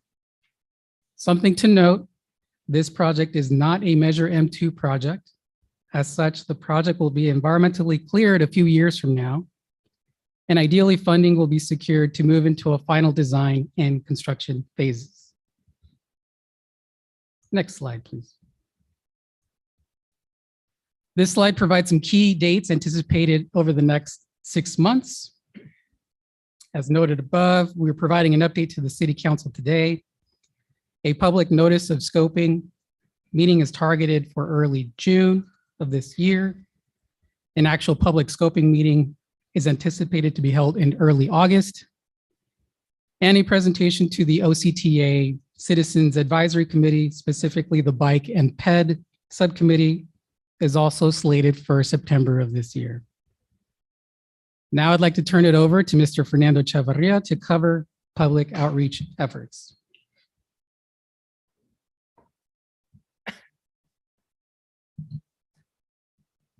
Thank you, Josue. Good evening, Mr. Mayor and council members, Mr. City Manager. Good evening. Thank you very much for the opportunity to present to you. It's my first time here and it's a pleasure to be here with you. As Josue mentioned, my name's Fernando Chavarria. I serve as outreach manager for this project. We wanted to share that actually, may I ask that you forward to the next slide, please? Thank you. We want to share with you that OCTA understands that outreach is very important to San Clemente. As such, we'll be implementing a comprehensive public outreach program that will do three things. A, inform the community. B, exceed the legal requirements. And C, uphold best practices. The graphic on your screen illustrates the foundation of our outreach program. It will be centered on your community and it will be multimedia with information available in print, on the web, by email, and of course on social media as well. Our team will conduct in-person or virtual public meetings. Our staff will remain accessible and our outreach will be inclusive of your entire community, the cross sections of your community. And as always, we'll be proactive, always striving to serve San Clemente as best we can. Next slide, please. Our project outreach efforts, as Josue alluded to, will be guided by and must be compliant with CEQA and NEPA. That, of course, is a good thing. The project scoping meeting and the subsequent public hearing will be open to all members of the public, and we'll do our best to get the word out all up and down the community. Vital information such as project fact sheets and step-by-step descriptions of the environmental process itself will always be available to the public so that they can follow the process and understand exactly when they can participate, attend meetings, etc. As I shared earlier, we will be prepared to hold in-person meetings or virtual meetings or a combination of both. Next slide, please. It's very important to keep in mind that the public scoping and the public hearing are milestone meetings. These are key opportunities for the community to participate in the process. At the public scoping meeting this summer, members of the public will be able to ask questions about the project, meet with expert subject matter staff, and learn the focus of studies being conducted during the environmental phase. The outreach staff will notify the community when the draft environmental document is circulated and available for public review and when the public hearing is scheduled. This, of course, is another very important part of the process. The hearing will be an ideal forum to discuss the draft document and register public comments, whether the member of the public wants to do so to a court reporter in writing or by email. Next slide, please. This slide provides a breakdown of the environmental process. On the far left, we have project initiation. On the far right, we have final approval. At the heart of the process, we provide meetings that combine expert technical work and our staff interacts with the public, of course. In a nutshell, when you look at this process, it embodies the project's goals, its work plan, and the roadmap all into one. Next slide, please. We'd like to share our contact information. Please feel free to share it with your constituents or your stakeholders as you see fit. And Josue and I continue to be here to serve you throughout this process. Next slide, and I'll turn it back to Josue and to you, Mr. Mayor. Thank you. Gentlemen, prepared for questions from the council? Yes. Yes, please. Yeah, I have a couple of questions.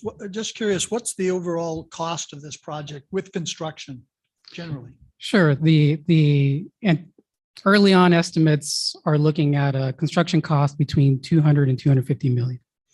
And the completion timeframe, I know you gave us the timeframe through the summer of 24 for the environmental review and so forth, but construction timeframe, another what, 18 months beyond that, or what would be your best estimate or close estimate? I know it's Sure. difficult to- Yeah, Councilman, it'll be approximately 2 years after environmental is approved. Okay, and my last question was, do you plan on going into Camp Pendleton at all after, or are we going to stop at the San Clemente city line? Yeah, 99% of the project is literally north of Christianitos Road. Mhm. So there'll be this project won't extend into. A very other than small, winding down. a very small sliver of one of the on-ramps is in San Diego County at Christianitos. Okay, thank you. Mhm. Appreciate the Sure. presentation. I do have a question along those lines, so I'm going to go out of turn just for a second. How are you coordinating with what's going on south of our city, south of the county line? I'm hearing some very disturbing things about some plans that Sandag has. How are you coordinating with San Diego on this?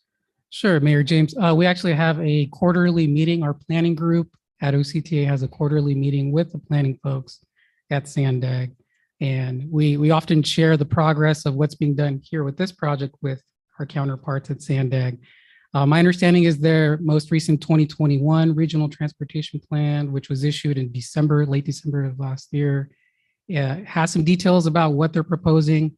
as far as improvements along the I-5 corridor, but the majority of those improvements are slated for south of Camp Pendleton. There is a Horizon Year project out there for 2050 to do something leading up to the county line, but that is not, that hasn't been pinned down just yet. Very good, thank you. Councilmember Ferguson. No, I'm good. Thank you for the presentation. Sure, thank you. Councilmember Ward. When could the city of San Clemente make comments to SANDAC concerning the stretch, the corridor between our county line and Oceanside? I'm assuming that's the corridor you're talking about? Because everything seems to be from Oceanside down to La Jolla at this point. Right, SANDAG is focused on I-5 improvements south of the county line. So if they're looking at something maybe 2050 for the corridor above that, Mhm. when would be the time that the city of San Clemente should give an opinion on that? I don't think there's the earlier the better. I think it would be ideal to reach out to them Okay. as we have. Okay, and then with the requirements of vehicle miles traveled, is there any chance that our HOV lanes are going to become toll lanes? That is not the intent of this project. It's identified as a managed lane, but in Caltrans terms, a managed lane is either HOV or toll lane. For all intents and purposes on this project, it's an extension of the HOV lane. Right, so does the VMT, does the totals bear that out, that it should be an HOV lane at this time? Well, Into the near future? VMT doesn't look at how the lane is categorized, whether it's HOV or a general purpose lane or a towing lane. The fact that there's additional footprint triggers the VMT investigation.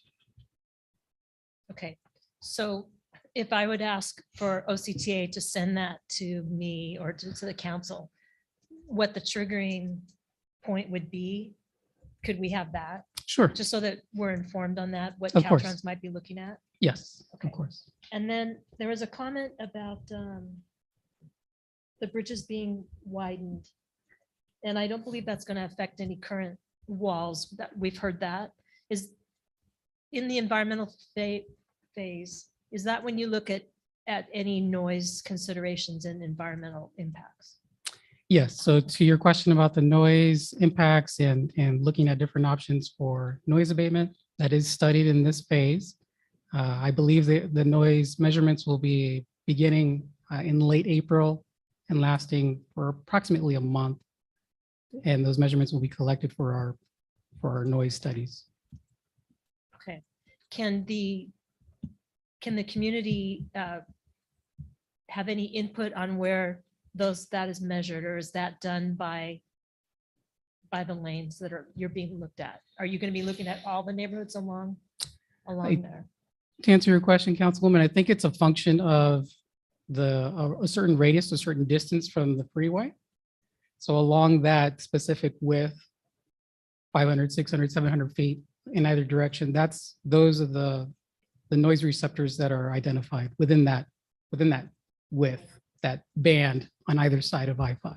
Okay, so in the public scoping period, that is the next thing that we're going to, that is where the community, if they had any concerns, they could bring those up then, and then you would maybe put those into the environmental, because that's like 2 steps after that. Yes. Okay. So as my colleague Fernando pointed out, the public will be informed all along the way, but they have 2 great opportunities to provide feedback during the public scoping meeting, early August of this year, and then the public hearing next spring around this time. Okay, I do understand this is just a presentation. I appreciate you coming. Sure. And giving that to us. Thank you. You're welcome. Thank you. Mayor Pro Tem. Yeah, just a couple questions. And this is, I think we'll probably pass this. Was this project considered because there was a bottleneck at this section of I-5, and the thought was with these HOV lanes, we would alleviate that bottleneck and ensure people could get home to San Clemente faster?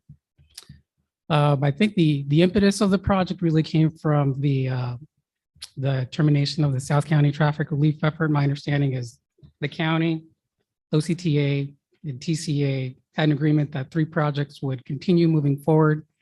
The Los Patrones Parkway, the Untold extension, Ortega Highway improvements as well as I-5 improvements. Right. And I understand that it came out of that, but what is the Mhm. purpose of adding HOV lanes? Maybe I should just add that. Yes, so this is the last remaining segment of Interstate 5 that does not have HOV lanes in Orange County. So the intent would be to complete it. Okay. You mentioned that it's, I think you said it's not an M2, it's not being funded with M2 funds. So where's the funding coming from to Steve's point? 200, Sure. 250 million is a lot of money. Well, and to clarify, Mayor Pro Tem, this phase of the project, which is the environmental phase, is being funded by a surface transportation block grant. So it's state funding. Okay. And then future funding for final design and construction is unconfirmed at this time. We'd have to pursue that. Okay. Mhm. The final question is, and this is to Kathy's point, the footprint, the current footprint is not going to be expanded further, right? The diameter is not getting larger. It's within the existing footprint of the I-5. The construction then is towards the middle area, so you're not widening out on the sides, or am I wrong about that? Great question, Mayor Pro Tem. It is widening. The footprint, unlike San Diego County, there's no vegetated median, so there's no more space in the median. The footprint will expand on the outside. Okay. Will that affect existing walls then? Or will the walls stay? There'll just be less space between the wall and I guess that closest lane. Right. The specifics on which walls would be affected would be more developed by the time we have a public scoping meeting. Okay, so it's possible that the walls could potentially be Yes. widened. Okay. Interesting. Okay. Thank you. Sure. Okay, so I have a few questions as well. 3 weeks ago, whatever it was, 2 weeks ago, maybe, there was a Zoom call with elected officials across the county. OCTA hosted that Zoom call. And one of the things that was discussed was a truck overtake lane in San Clemente, I believe from Pico going up to Vista Hermosa. Can you talk to me about that to any degree? Sure, Mayor James. I have not heard of that. As Did I hear things? No. today's No, that was in As the of today? presentation, but that is in a different segment than we're talking about today. Maybe that's Maybe. the confusion, because that would be north of Pico. So it would be on the North of scope of Pico. what you're talking. Oh, about. yeah. The footprint of this project is south of Avenida Pico. Yeah, I get it, but I just thought maybe you were aware of that. So right now, the width today on the roadway, what is that width today, and what's it going to be going into the future? Yeah, to best address that question, Mayor James, I think I would approach it from this perspective that we're adding a lane essentially through the 4.8 miles. So a lane is typically 12 feet wide. So if you can imagine the current limits of the freeway, the footprint being expanded by roughly 12 feet on either side. Okay. So a total of 24 feet. Correct. Is there any private property that will be in danger of being condemned? As we refine the geometrics through this phase, and mind you, the geometrics are going to be refined all the way through final design. Our intent is to minimize those right-of-way impacts as much as possible. So during the public scoping meeting, there are some sliver right-of-way needs along the corridor, but there are no full takes anticipated, no full acquisition, no homes, no businesses impacted in that Good. regard. People will potentially lose slices of property. At this point, we need to identify those right-of-way points to a more refined degree. I think that's something we need to stay abreast. Thank you very much. Sure. Anyone else? Thank you. Thank you, gentlemen. Thank you. Thank you. Mr. Mayor, we do have a couple speaker cards on this item. Okay, please. First is Amanda.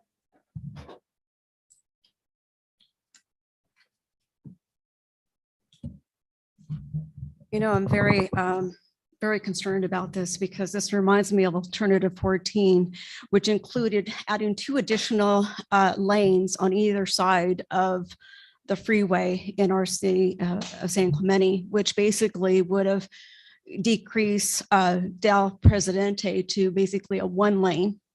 And there on the other side, it really takes a lot of property. So I'm really concerned about this. And Chris Duncan, I'm really, Mayor Pro Tem Duncan, I'm really concerned about what you said about never, about a bottleneck. I mean, we know this, Kathy, this is the TCA talk. And I'm really concerned about this because this is alternative 14. And we did not want this to happen. So I'm really concerned about this. This is different from what I remember from a presentation from Kia Mortazavi, sorry, in I think January of 2019. So I'm just concerned what's happening here, because you're taking away a lot of public, a lot of homes, businesses in doing this, and this is not right. This isn't proper. I definitely do not support this, and I hope everybody who fought beside us with the Note My Toll Road group and all the other fantastic residents will come forward and email their objections to this. I certainly do not support this at all. Thank you very much. Thank you. Is that all? Nope. Don Urbanek.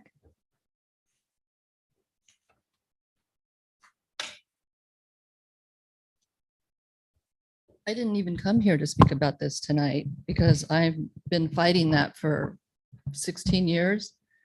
And I know that what happened here is that the Rancho Mission Viejo, in collusion with the TCA and with all of our Orange County Board of Supervisors, used the wastewater discharge permits from Rancho Mission Viejo to build a private road and defrauded the federal government, NEPA and CEQA, and built the road that they were told they should never build because it would have catastrophic consequences.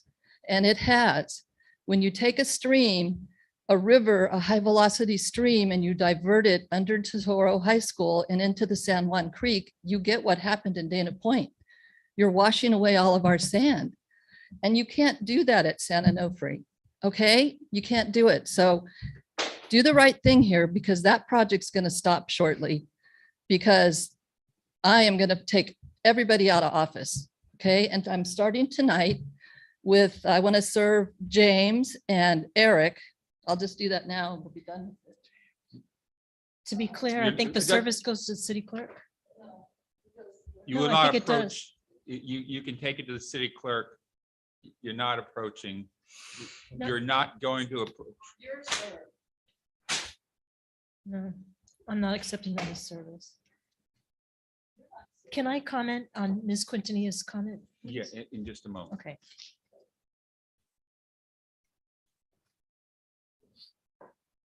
Okay. Please comment. Thank you.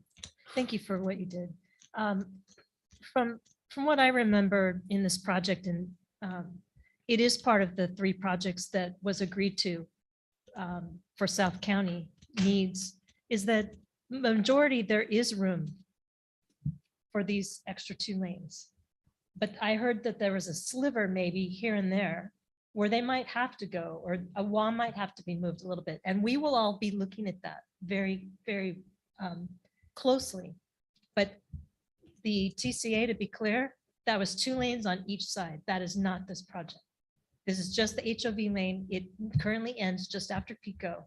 And the city has always been for extending that lane to the county line because it needs to be done, but we will be looking at that very closely. So I just want to be clear, it's not the 241. Thank you. And I do appreciate you caring about that because I heard the same thing. Councilmember appreciate Novak, you look like you, no. Councilmember Ferguson? Thanks, Mayor James. Yeah, based on Kathleen's comments in response to the speakers, I'd like to have us, as she said, keep an eye on it, but at the time, as certain, when the comments are being accepted, that we as a council write a letter to provide our desire to see that it just stick to these HOV lanes, period, and nothing more, as a body to send a letter in that regard. I think we will end up sending repeated letters Right. over a few Good. years. That would be excellent. Thanks. I like the comment. Anyone else? One more speaker card from Mike.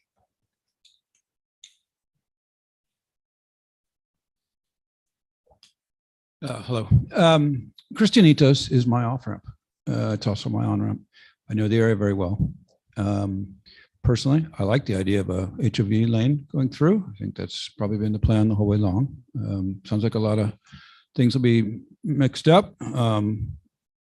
As always, the drama is in the details. I'm a little surprised that there aren't more concrete, so to speak, details presented. Would have liked to know exactly what walls were coming down, weren't coming down. It's hard for me to believe that that isn't understood. But nonetheless, overall, it sounds like a good idea. Using the on-ramp at Christianitos every morning as I take my kid to school, I run into traffic. The traffic is caused, and I'm doing this more for our planners, kindly came out. The traffic is caused by the sign, the electric sign that's used for Amber Alerts originally, which originally was not allowed to be used for any other reason. Motorists coming up from San Diego are seeing the sign in the distance and braking and slowing down, and then coming up to a sign that says something like "Don't drink and drive" or some message. And so my only input would be to ask that sign, that people be aware in the planning that sign is problematic and creating traffic on its own. And perhaps that could be realigned in this process. I just wanted to bring that up. Thank you. Thank you, sir. Any other comments? No. City Clerk? Next item is presentation by Rick Shintaku, South Coast Water District, concerning an overview of the Doheny Ocean Desalination Project.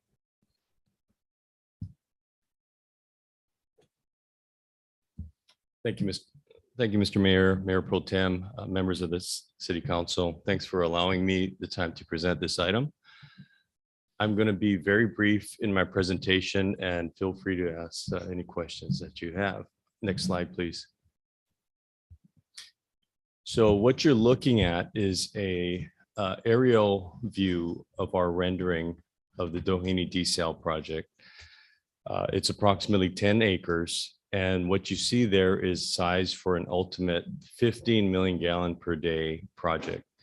What we're looking to build and what we did get project level CEQA approval for is a 5 MGD desalination, ocean desalination project. And why desal? Supply and system reliability are important. Droughts, earthquakes, fires. It's important to have a drought-proof supply to South Orange County, and I'll get into that a bit more. And it's sustainable local water at a reasonable cost. Next slide, please. So I'm not going to go through the details of this slide, but the takeaway message is we've been working on this for almost 20 years now. It started in 2004 with the Municipal Water District of Orange County and a number of other partner agencies to bring the slant well concept to fruition. South Coast Water District took control of the project in 2015 and have been working on the planning items ever since. And we're currently in permitting. Next slide, please. This is a bird's eye view of the project. And this is one of the main reasons why the project is so cost effective. All of the major conveyance lines, the water conveyance lines for South Orange County are across our site. So we don't have the type of costs that most projects have to get their infrastructure to various locations or various elevations. So it's right there. So we save on that cost. What you see are the blue lines. Those represent the slant wells. We won't need all of those lines or all of those wells for this first phase of the project, the 5 MGD. All we would need is 4 wells, and they would be put in Doheny State Park and would be installed seasonally. What else makes this project advantageous is we have the existing electrical infrastructure and gas infrastructure to provide power to the site for the first phase of the project. And we're also located adjacent to the wastewater outfall. So The shaded area is the 10 acres that you saw on the previous slide. Just to the left of that is the San Juan Creek. Just to the lower portion of that is the Doubletree Hotel and Coast Highway, to situate you. And across the creek is the wastewater treatment plant. And there's a wastewater ocean outfall where we can dump the brine and put it out in a 2-mile outfall to the ocean. And this is the environmentally preferred method and the regulatory preferred method. So it checks these boxes and it's has proved to be cost effective. Next slide, please.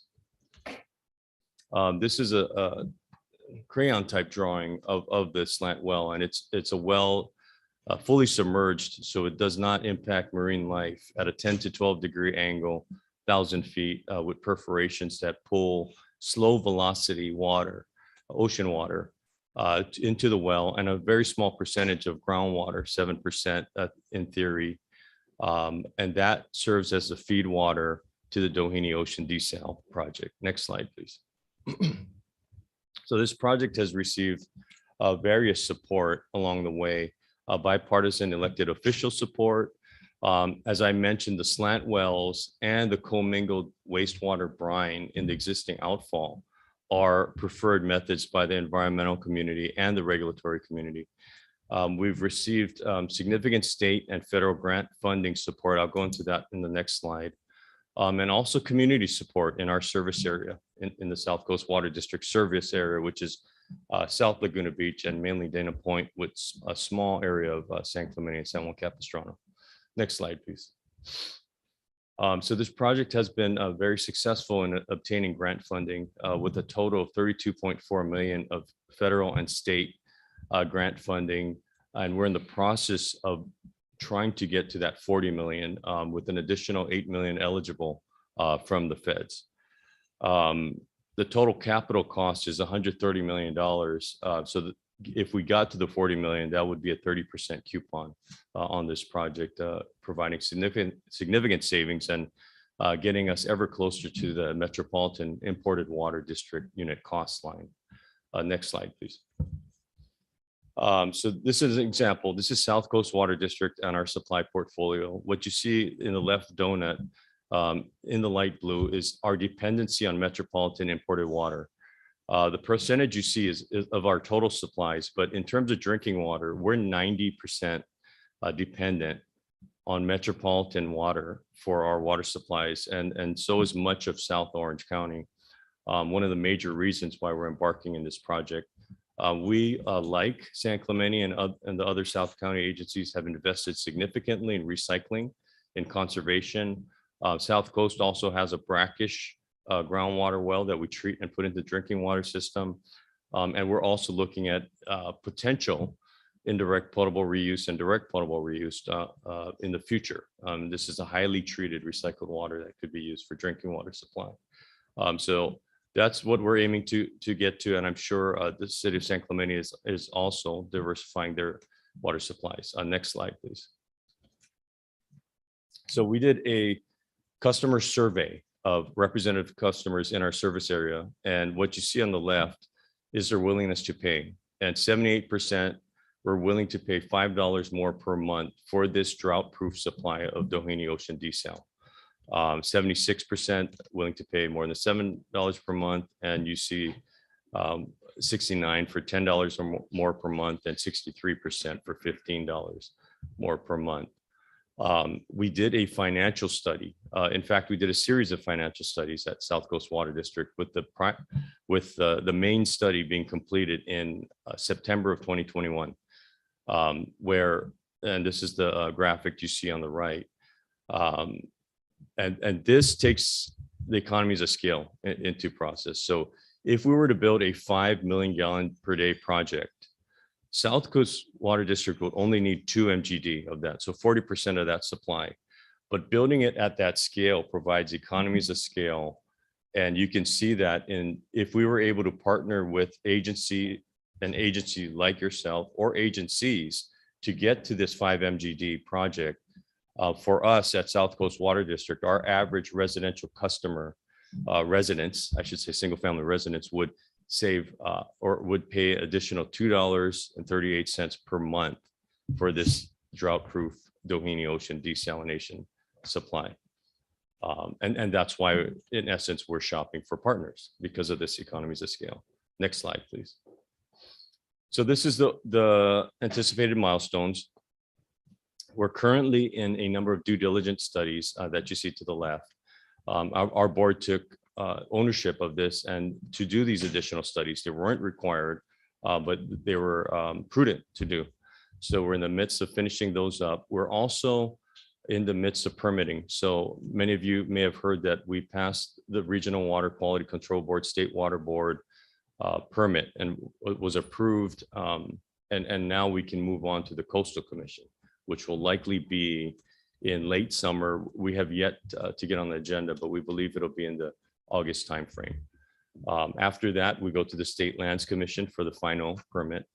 And then the project can move forward at that point to our board for an approval. We are, one of the things that I'm going to get into in the next slide is we're looking at a progressive design, build, operate. And what that does is it keeps the operator responsible for the product. So we don't have the designer and the operator pointing fingers at each other. And that's one of the primary ways to get to, we believe in this case, a successful project. And we're starting that contract development as well. If all goes as planned according to the schedule, this project would be online in 2026. Next slide, please. So the ask, I'm sorry, this is animated, so there, if you wouldn't mind, thank you.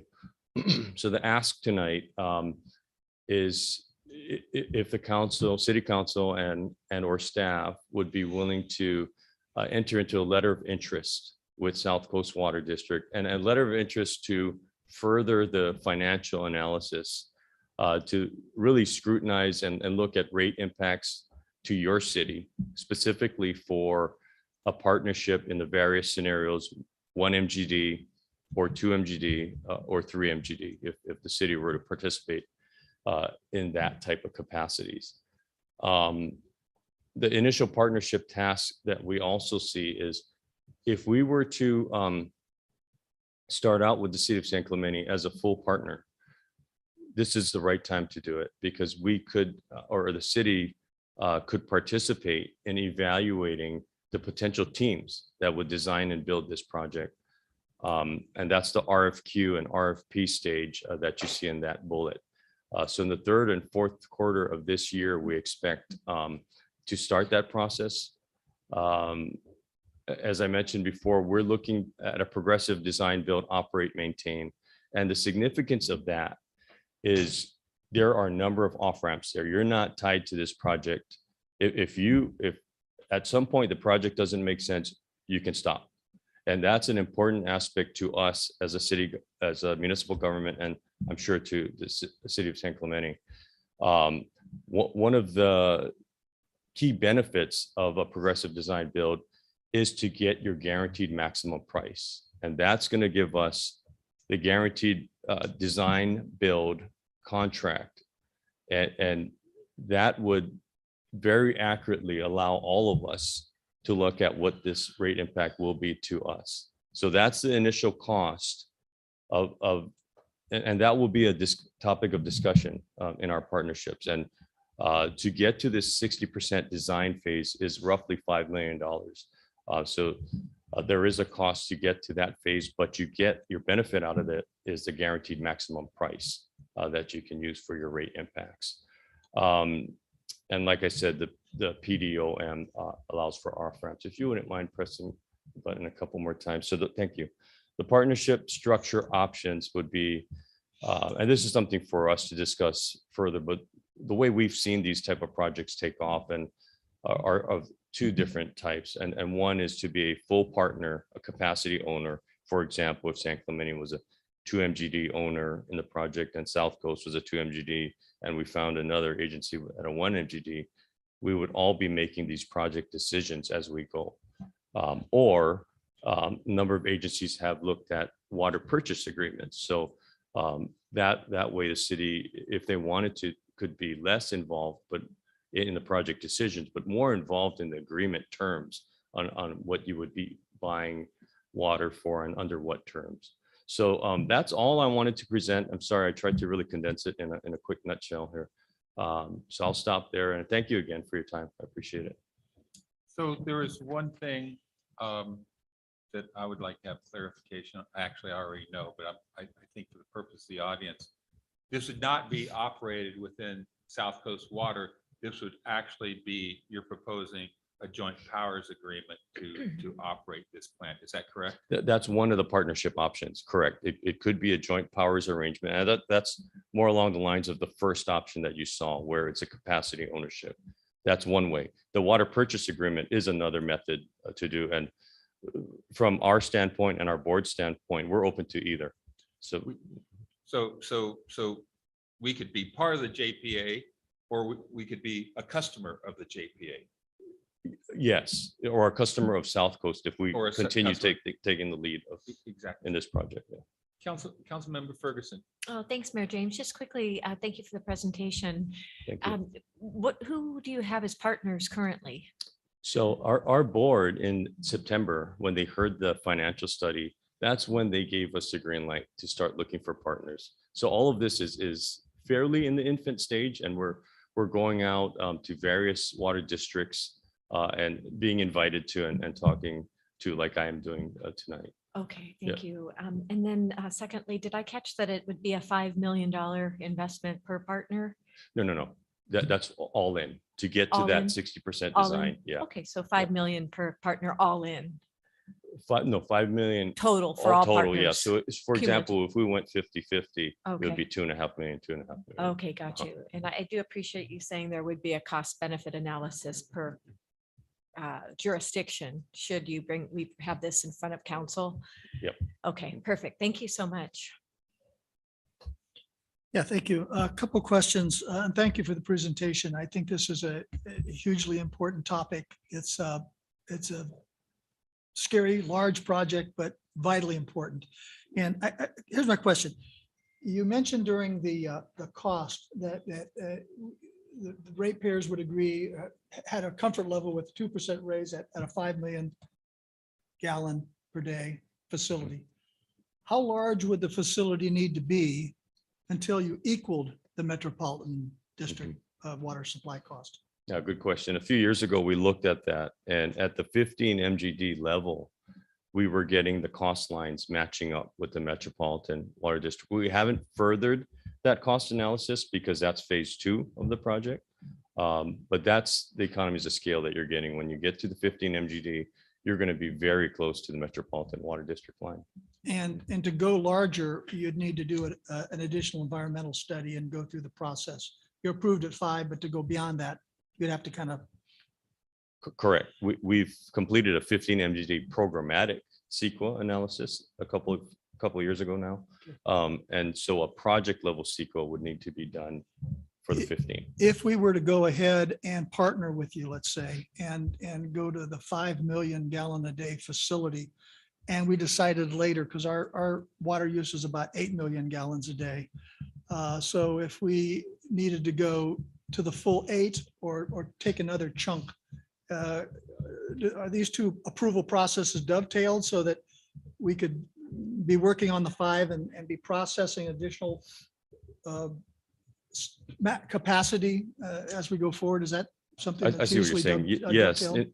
in theory, they can move in parallel paths. So as we're moving forward with, for example, the design build of this project in 2025, and there was the want to go to the regional project, then that CEQA analysis could be being prepared at the same time. Yes. Okay, and the survey that you did for customer satisfaction, was that just the water customers in Dana Point?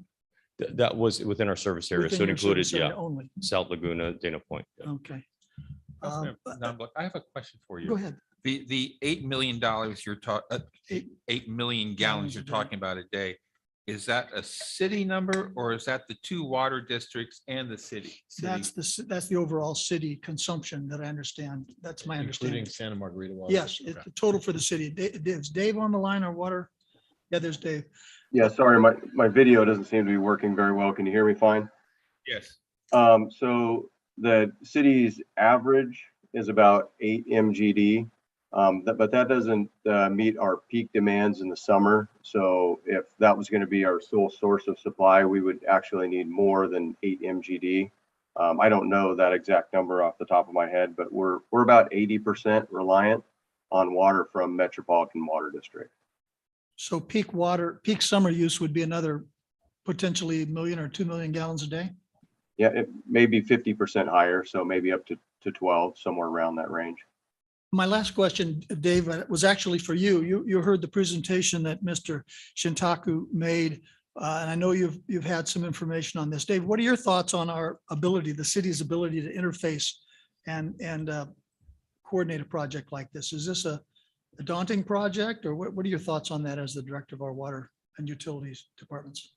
It's a big project. It's not necessarily daunting. It helps the city to diversify its water supply portfolio, which the city has been successful in doing over the years. And it's really buying insurance. Even if the city were to participate in 1 MGD, it's a local source of supply. But, really the big question is, what is the impact to our rate customers and, to our customers' rates, depending upon what percentage the council might be interested or not in participating in. Okay. My last question, Mr. Shintaku, would be, if we went forward with an analysis of potential case and rate impacts for our city, would that analysis include a survey of our customers to see what their appetite is for potential rate increases? If the city, yes, we could definitely work with the city staff on that process. Yeah, definitely. And I apologize. I forgot to introduce our 2 directors here from our board, and Director Bill Green and Director Scott Goldman from South Coast Water District's board. Thank you. I don't have any other questions, Mr. Mayor. I think, Dave, you're still on. I think it's also important for people in the audience to know that we actually have 3 sources of, we have 3 different, we have 2 water districts serving the city. Santa Margarita serves Talega, and South Coast, about 500, 600 customers in San Clemente. That's about right. Yeah, at most. Yeah. Yeah, and that would be Camino de las Maras area, what turns into Australia. That area is South Coast, and then Dave and his team has the balance of the city. So it's a little bit complicated here what we're doing. My only question is, where does I'm such a neophyte on water. Where does recycled water come into play with what you're doing? It's a timely question that you're asking, because recently we felt it was our obligation to look at phase 2 as well. And we have the JB Latham wastewater treatment plant sitting across the creek, and they're looking at plans to recycle water. So we had heard that the company Dudac was working with the University of Southern California, and they added Trussell Technologies on there to do a concept study on what would a desal blended with a direct potable reuse. So this is taking wastewater and treating it to the highest level with environmental buffer, not yet fully permitted in California, but on its way. So we looked at a concept study to blend that and some of the benefits you would get by the reduced salt loading and the less energy you would use, et cetera. And that report was presented to our board just last week. So we're definitely looking at the potential of this project in the future. The now is a 5 MGD project that can be built under this project level CEQA, and pretty soon if all of the permits are secured. And the future is a potential for a blended direct potable reuse recycled water project, or if it proves out to be a standalone project, then that could be an up to 15 MGD project as well. Very good. So I have a couple questions. To get to the $2.38 monthly additional cost, do you need to have the 5 MGD to get to that? Is that the economy of scale that you're talking about? Exactly right. Okay, so you're only planning a 2 MGD at the current time and you're looking for a partner. So The- you're looking, you need 3 more MGD. And Correct. it looks like it's about $1 million. Did I get that right? It's $1 million per MGD. A Buy-in million, cost. I'm sorry, I'm missing the point here. What is the cost per MGD? Do you have that? Somehow I wrote that down somewhere. Well, you said it would be $5 million total investment. Oh, and then you've for the got five- design. Five I'm MGs, so sorry. I think. Yeah, I'm thank sorry, for the design, yes, it would be 1 million, that's correct, $1 million up per MGD. Okay. Yep. And you mentioned that you had part of, I think, Dana Point, Capo Beach. Capo Beach is Dana Point. Correct. So it's not San Clemente. So I don't think you have currently anything in San Clemente. A very Is that right? small section. What part is it? Up next to Capitol Beach, next to Dana Point, like Australia. Okay, so a portion of maybe Estrella, you might serve that area. It's very small. It's, yeah, it's one of those where it made more sense on one side to serve versus other, yeah. And So it's a one of hard those areas. boundary to figure out for everyone. Yeah, yeah. So what I'm wondering is how do we get to where we just study what the impact is to our payer? Do we have to actually buy in and do 1 MGD to get No, that? no, not at all. So that cost is nominal compared to that, for example, it's, I would assume it's a $10,000-$20,000 effort to do a full rate study there. I'm not sure. I mean, Dave Rubenstorff would know a lot more with your staff and your consultants participating, but I didn't want to lose your really good question on the $2.38.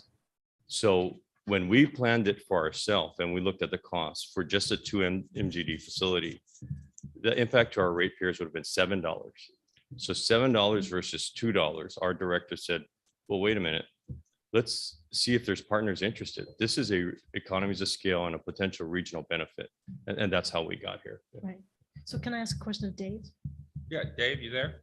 I'm here. Yeah, sorry, my camera's not working. That's fine. So Dave, what is your recommendation? Because I know we have various sources. We are diversified. You're always looking for others. I'm wondering if there's an opportunity here to look at what the impact would be. And I'm also wondering too, there's no mention of the Delta project in this with Met. And if that project goes through, we will have more water available to our city, would we not? Or more guaranteed water? Would that change our daily need? With the Delta project, it will help to improve the reliability of Met being able to obtain water from Northern California.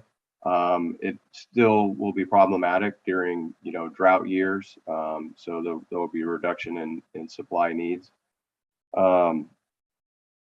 Getting back to your question about what I might recommend, if you go back to the 2006 Water Master Plan, it recommends that, the city should, look for opportunities to, strengthen its supply reliability and sources of supply. And, over the past 20 years or so, the city council has bought into projects that make financial sense for the city, and we have diversified our supply portfolio. So, this is another opportunity to do so. And, I think doing some due diligence to see what those rate impacts might be, and then obviously coming back to the council to see if participation makes sense or not. So do you need us tonight to authorize that for you, or are you going to come back to the city council for that? What? The ask is for tonight. I think that's a city council decision if, they want to submit a letter of interest, whether that's the mayor, city manager, or myself that would sign that. But I would look for city council direction. That's going to lead up to my question now. Okay, thank you. So the letter of intent, letter of interest, there are off ramps associated with that. Can we take that off ramp at any point, or are there specific points where we take that off ramp? The letter of intent is a little bit like college athletes and letters of intent, they never live up to them. So if we would put a letter of interest to you, how much stock are you going to put into that? And are there other cities? Has Dana Point, have they signed up with a letter of interest yet? So we serve the city of Dana Point. So we are their water purveyor where you're. So they don't have to sign up. They don't. How about And Ranchos? How about us, Santa Margarita Water? We are making plans to speak to their water district board. And the letter of intent is in the details. If the letter of intent is just for doing the financial study, that's an off ramp in itself. If the results come out that you don't like it, then that's the off ramp. There's no commitment at that point. Yeah, I think if I understood the presentation, and there's a lot of questions that need to be answered, a lot of analysis that needs to be done, but I think they're saying what they're looking for potentially from the city is for us to recommend up to our staff in conjunction with their staff to do an analysis of the potential case and rate impacts. And that would include the survey and other things to see if there's an appetite for joining a project. Sounds like this. a motion. I'll make that motion if it's appropriate. Yeah. Go ahead. That's great. I just had one question. Is it going to affect the waves at Doheny? Because that may be a deal breaker. No, velocity is way too slow for that. All right, What- good. we'll- Let's but clear that up. Those brand new condos sitting next door to them, they might have a different view of the project. Mayor, Okay. can I just, Yes. I heard a motion in a second, I think, but I need to verify with staff that that is what is the recommendation, that what you just said is only looking at the impacts. That's what we need to do to look at impacts to our ratepayers. If you're asking me, I would say that's a good first step. That's What was stated? part of the analysis, financial analysis overall, plus the survey from our. I just from want to our make sure, people. and that's about $10,000 to $20,000. So motion by Investment. Knobloch. You Oh, had the do we have a second. comment? Do we have a We comment? do. Okay, but. But let's do I the still would comment. like my question answered. Is that $10,000 to $20,000? Is that what we're saying we have interest in doing? I need to have that stated so that I can accurately vote on this. Well, we had a survey firm do our survey, and I believe it was in the $10,000 realm to do a financial study. It all depends on your model and whether you have staff that's going to run the scenarios and we can provide the data, or do we hire our consultant to assist you with that, and that could add up in more costs. So I would say, yeah, $20,000 to $30,000 as a rough guess on that, but we would, we'll definitely talk it out with Dave and scope out the work on what the council really wants to see there. Yeah, our population, our ratepayers were twice the size of Dana Point, so it would definitely cost about twice what they paid. All you have to do is go to the reservoirs and dams across this state and see what the water levels are. And it's disconcerting. It's breathtaking when you see water levels from, watermarks from 10 years ago and where they are now. So I Yeah. think this is a prudent thing to look at. Yeah. Not sure we want to sign up for it, but I Let's- do think we have to Let's look at it. analyze it. Yep. Yeah, 2 weeks ago, the governor reported that he was going to have to shut down about 1,000 square miles. No, 1,000 acres of farmland in Central California. We wasn't going to give them any water.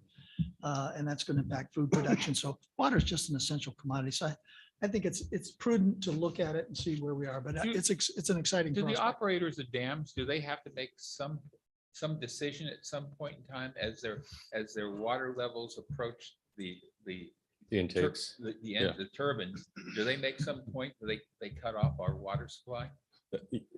That's way above my pay grade, but correct. Yeah, that enters into their decision-making on how they allocate water. I did want to add one more thing, and this is why our directors are looking at this project, is the 5 fault lines between Metropolitan's treatment plant in Yorba Linda and us in South Orange County. And if any of those were to rupture, our regional agencies are saying plan for. Now, for us, we have 11 days. So that's why we're really looking aggressively to have this local supply during an emergency. If it was a seismic event triggered with a wildfire, et cetera, that gives us that insulation or insurance that we need to have that local supply. I think San Clemente is better off in terms of the days of storage, but a lot of us in South Orange County are facing that same potential problem with an emergency. That's what I forgot to bring up in the Thank slide. you. Thank you. Just to follow up on that, San Clemente is close to 30 days in that similar scenario. Good job. So we're only going to be out of water for 20. The city clerk. Yes. Aaron Washington. Aaron. Good evening, council. I think this is a great project, great idea, and we need it. Of my 35 years in the Navy, I spent 20 years making water from ocean water for ships using reverse osmosis and distillant. He just told me it's reverse for ships using reverse osmosis and distillant. He just told me it's reverse osmosis. So I hear initial cost. My concerns is the resin for the reverse osmosis. Is it recyclable?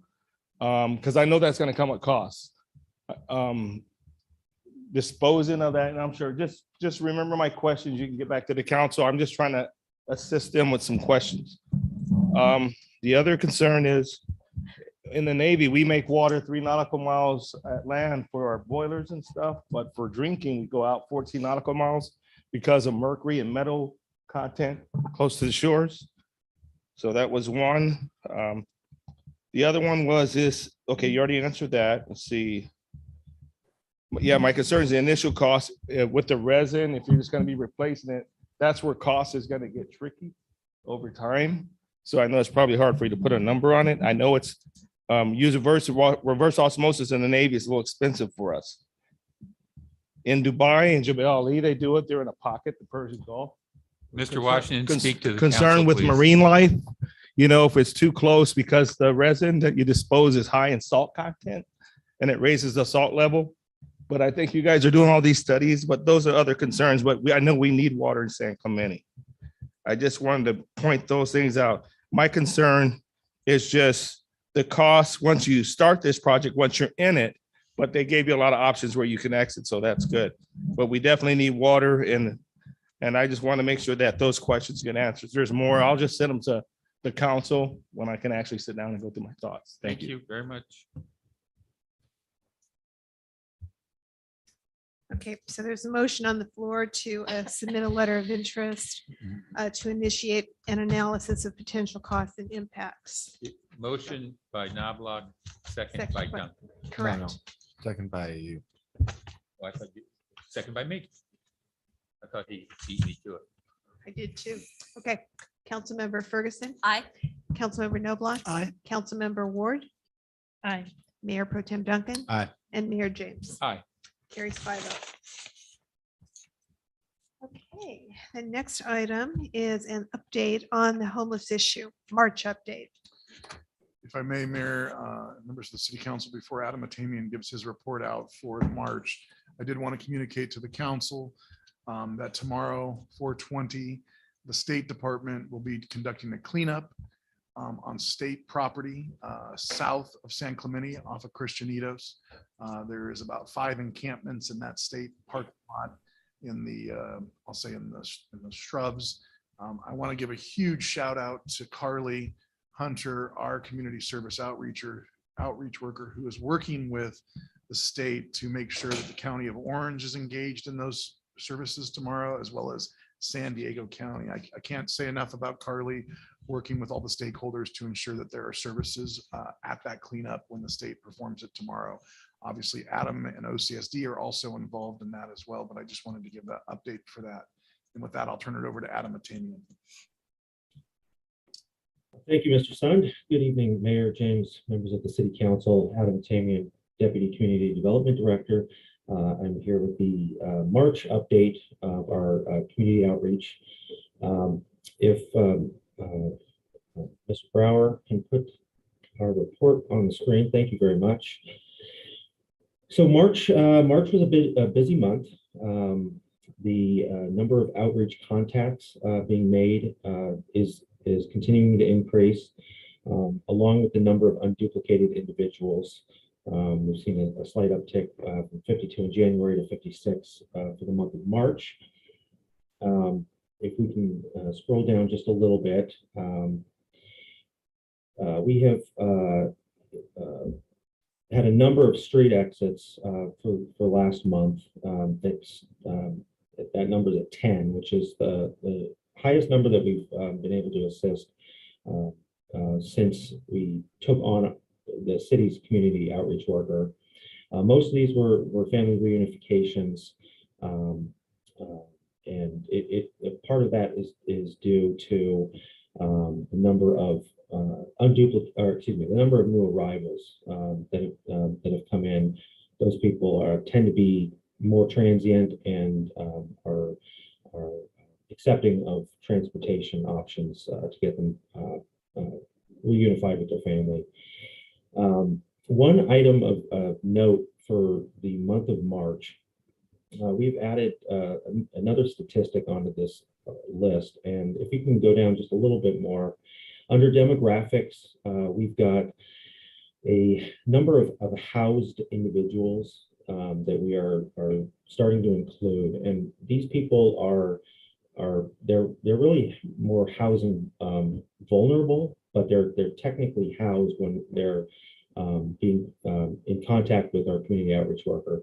And this has come up over the past few months in a number of ways. One is these could be people that are on the street and they appear to be in need of resources. And so they'll start engaging with Carly Hunter, and we become aware of the fact that they are actually housed, but they're still in need of services. And in order to help them maintain that housing, we will engage with them in some outreach. Most of the numbers that we have reported on are related to people who are unhoused. And this housed number does not include people in temporary shelters. This is long-term housing, whether through a program or they acquired it on their own. What made us want to put this on here was that we've gotten some calls from concerned residents about people who are in a position where they're potentially going to lose their housing. And in order to keep people from becoming homeless, Carly will reach out and provide whatever resources the city has at our disposal or connections with our partner agencies to ensure that people who are currently housed have everything that they need to maintain that housing. This number appears to be about between 2 and 4 per month, but it's something new. So we started reporting on this month. We don't have enough data to be able to go back to January and February and give an accurate count of this number. So I want to make the council aware of that. As Mr. Sun indicated, we are very involved in the camping cleanup for tomorrow, and I will reiterate what he said. Carly has done an exceptional job ensuring that those individuals are in connection or connected with San Diego County and Orange County outreach workers so that they have all the assistance that they need. That ends my report for the month. For this meeting, I'm available for any questions. So I have a couple things to say about the state park situation. It is incredibly it's unacceptable that the state park allowed these, whatever it is, they're saying 25 to 30. I walked the area. I think it's more like 40 to 50. It's unacceptable that the state park has allowed these people, these unauthorized campers, most of whom have some sort of mental disorders, to be there. They all have propane tanks. They all have firewood. They're all burning fires at night. That fire, if it would start at Christianito, would go right over across the golf course, up to Salvador, and now you're starting to get close to my house and starts getting personal. I would urge the city manager to stay in contact with the superintendent of state park to ensure that they not only keep those people out of there, but they start trimming all that vegetation down there, because it's a tinderbox down there. And if they don't care, we've got to find someone that does care. And if we have to use, Pat State or a state assembly member, whatever, but it's just unacceptable. It went on. I brought it up 3 weeks ago, and it's taken them 3 weeks to marshal their forces. They're coming in with 15 state park law enforcement officers. I get that. That took a while, but I'll be very pleased when they do it tomorrow, but I'm incredibly disappointed that the city had to get involved in this. And when it's in their state park, it's actually in San Diego County, in Department of Navy land that is leased to the state park. So it gets rather complicated. And I understand the state park hasn't paid the Department of Navy for quite some time for that land, but that's another story. But if you can stay in contact with them and also have Carly or Adams code compliance officers or park rangers to check on this area on an occasional basis, because as we get into the summer months, this is going to become even more critical. Thank you. Just to that point, Mayor, I'll be actually paying a visit tomorrow as my schedule allows. And I know Adam and Carly will be on site as well. So there will be multiple eyes on the cleanup, and I will make sure that I convey those messages to the State Department as well. Right.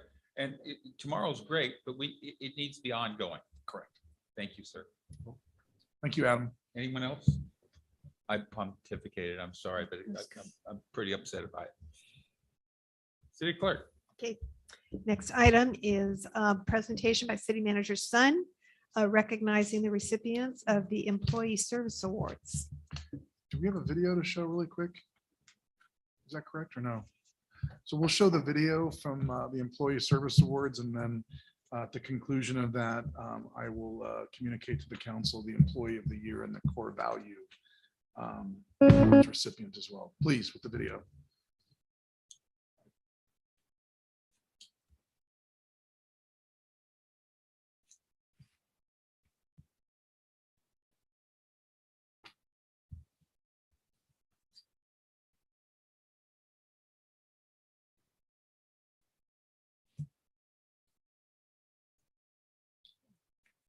Nice.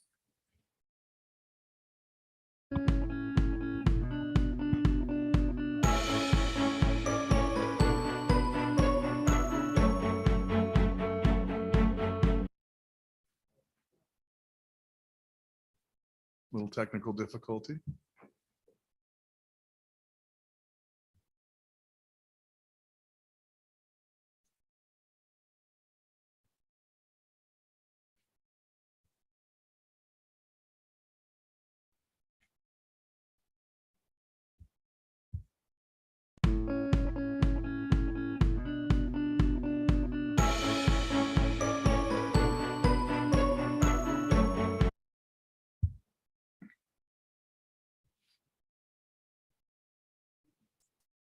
When are the new chambers ready? I know, right? Growing pains.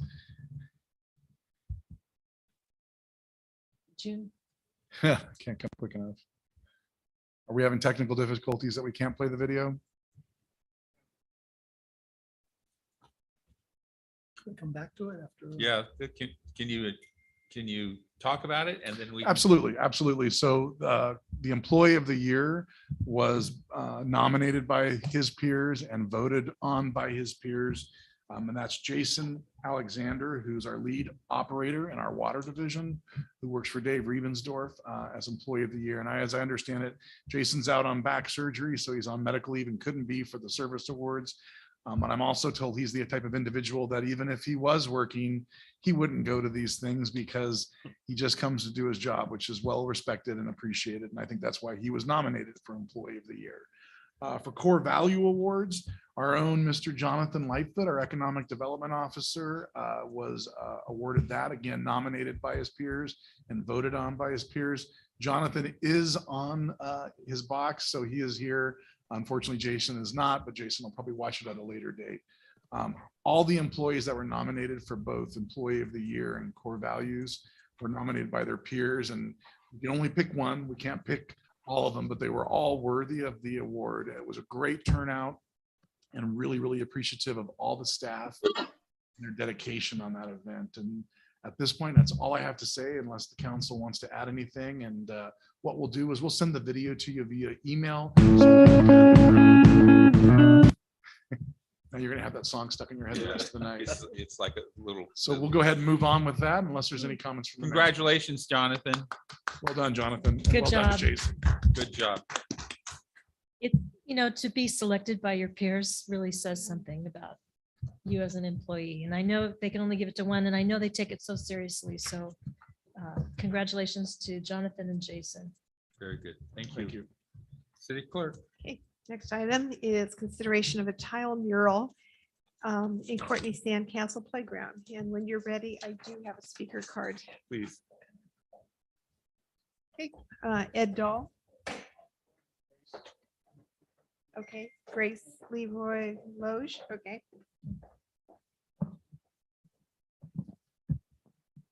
Good evening, Mayor James and City Council members. I'm Grace Leroy Logie, the Chair of the Courtney SandCastle Charitable Foundation. On behalf of Courtney SandCastle Foundation members, a few who are present today, Ed Dahl, Mina Santoro, and Jane Moore, I would like to thank you for the collaborative working relationship we have had with the city and staff over the past 20 years. Having fulfilled our mission and vision, the Courtney SandCastle Charitable Foundation Board decided it was time to hang our hats. With that, we would want to acknowledge those who have served on the Courtney SandCastle Charitable Foundation over the years in making the award-winning Courtney SandCastle Playground a reality. Currently, there is nothing in the playground that recognizes the Courtney SandCastle Charitable Foundation. I have a few photos to share showing there would be no duplication of recognition.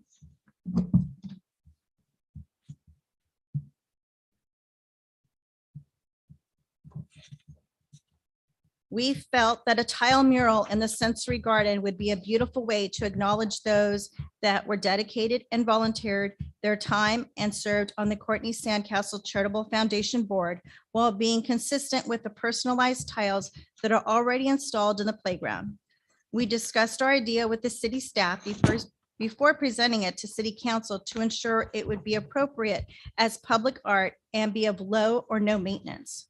As our Courtney SandCastle Foundation comes to an end, it would mean so much to have this public art tile mural honoring the Courtney SandCastle Charitable Foundation and its past and present board members that dedicated their lives to bringing inclusive play to our city and community. Additionally, as a mom of a special needs child who has had the pleasure of enjoying this wonderful park, I would like to see Courtney SandCastle Charitable Foundation be recognized. I thank you for your time and consideration. Thank you very much. Mr. Dahl, did you want to speak also? Or, no, okay, and that's all the speakers. Thank you. So Mayor, as you had, as council had directed, I know that there was some discussion at our previous council meeting about the donation as it relates to the mural that the Courtney SandCastle Foundation was recommending. Pursuant to that direction, staff connected with Courtney SandCastle and asked them to come to communicate their wants. And so at the last meeting, you did approve the acceptance of the $15,000 for the sensory panels. However, you wanted to have a little bit more discussion as it related to the mural that they were recommending. And so with that, staff's ready to take any direction from the council may give. Any discussion or anyone have a motion? I'll move that we approve the installation of the mural at the Courtney SandCastle Playground Sensory Garden. The tile mural display be entered into the same guidelines consistent with the public art and public places / care program. Second, anyone? I'll second. Okay. Councilmember Ferguson. Aye. Councilmember Noblock. Aye. Councilmember Ward. Aye. Mayor Pro Tem Duncan. Aye. And Mayor James. Aye. Carries 5-0. Just want to say thank you to Mina and the nonprofit. Thank you for foundation. everything. Appreciate everything. And the next item is redactions of public comments on the city website. And I do have some speaker cards. Can't be many. There are a few. Okay. please. Okay, first one is from an anonymous speaker. Okay, I have a slide presentation. If you can bring it up, please. So we're going to start with, first of all, I don't believe that you guys should have had this discussion in closed session, and I believe it's done because the city has a pattern of liking to hide its malfeasance behind closed doors. But moving on from that, as mentioned, 6255, okay, talks about the redaction of personal information from public records, and the cities define it as personal phone numbers, home addresses, and whatnot. And they say that disclosure of this information would constitute an unwarranted invasion of privacy. And therefore, the public interest served by withholding the records clearly outweighs the public interest served by the disclosure. Next slide, please. And when we brought this matter to the city's attention, this is what Scott Smith said to say, that he concluded that the Public Records Act allows for the city to modify archive records as requested. And that request was to redact the personal information that the city posted on its website. Okay, we're now asking that the information gets taken down in its entirety because I've displayed before that the city cannot, obviously, is not capable of redacting it in its entirety. Moving on from that, the next slide, please. Scott Smith said that he played no role in deciding whether or not to archive this correspondence from the council in the form submitted to city council or in redacted form. He also said that the Public Records Act includes a presumption that all writings are the city's possession are public, and it's logical to assume that against the backdrop that members of the public might understand that presumption or wish that their correspondence to council include their addresses. Well, where is that presumption coming from? Because the city just said that they're supposed to redact that information.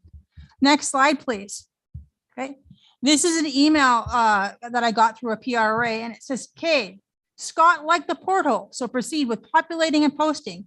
I'll have more for you to post soon. Next slide, soon, please. Okay. And if you look at the bottom paragraph, it says, one you think Scott wants is a link that says documents from council member wards, which will be referenced at the November 23rd council meeting. I just scan those and we'll send them to you. So obviously this direction must have come from Scott Smith. That's who I assume Scott is. Next slides, please. Okay. So this is a letter from the district attorney. Once again, the OCDA has been in contact with the city to achieve compliance with the request. The city confirmed that all requested redactions and removals have been completed. That wasn't done. Okay. Okay. Next slide, please. So furthermore, I did a PRA, and in the PRA, the city is still continuing to dox the original 22 people, with the exception of myself, Susan, Tony, and Laura Ferguson's minor son.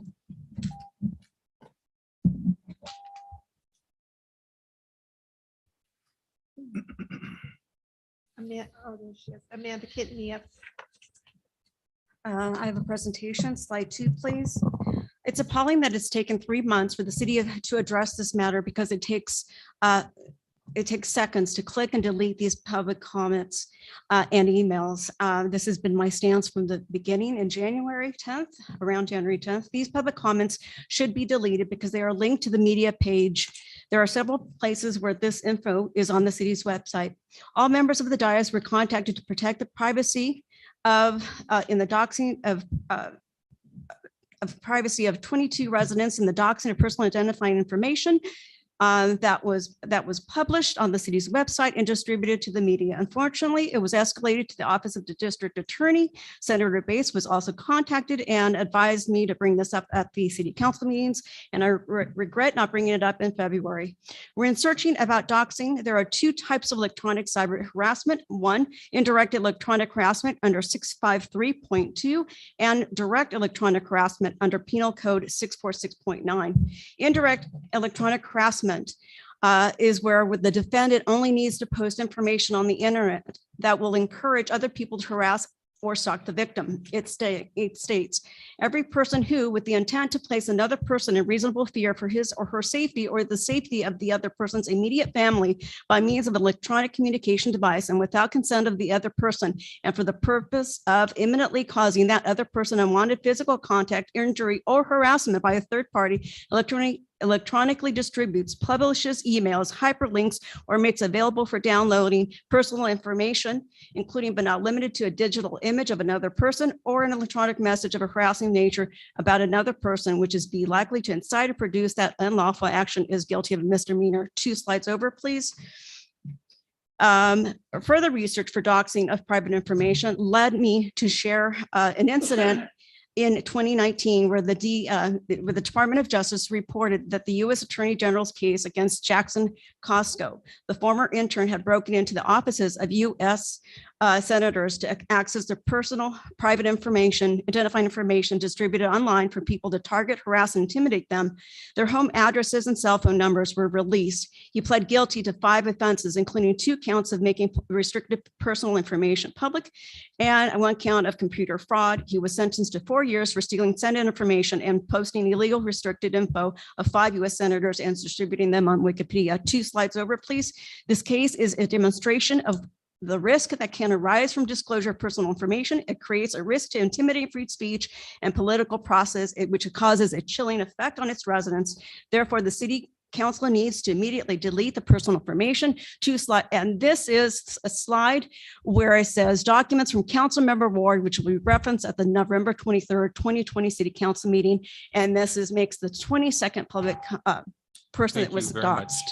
Thank you. John Urbanek left, correct? Okay. And Mike is next. I don't have a card from you, Brad.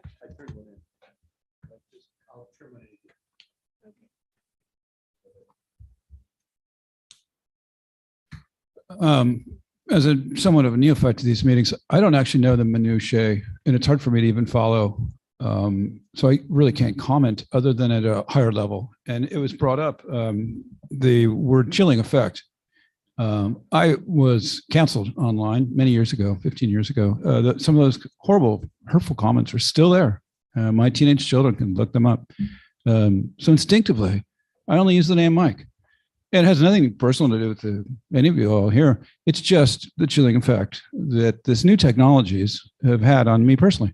And I think that that's a common response, unfortunately. If there's one place we shouldn't have that, it's certainly at local government. That should be our most sanctimonious arena. And it's unfortunate that potentially that isn't the case. At least my fellow citizens seem to be bringing that up. So I just want to comment at the biggest level, at the high level, 30,000-foot observation. Unfortunately, we're living in a world where more and more people are cautious of having their personal information available for fear of being doxxed or ridiculed, et cetera, et cetera. So council, please think deeply and remember that these are new technologies with long-term ramifications we don't really even understand at this point. Protection of its citizens should always be paramount. Always. It's a very important thing. Anyway, thank you.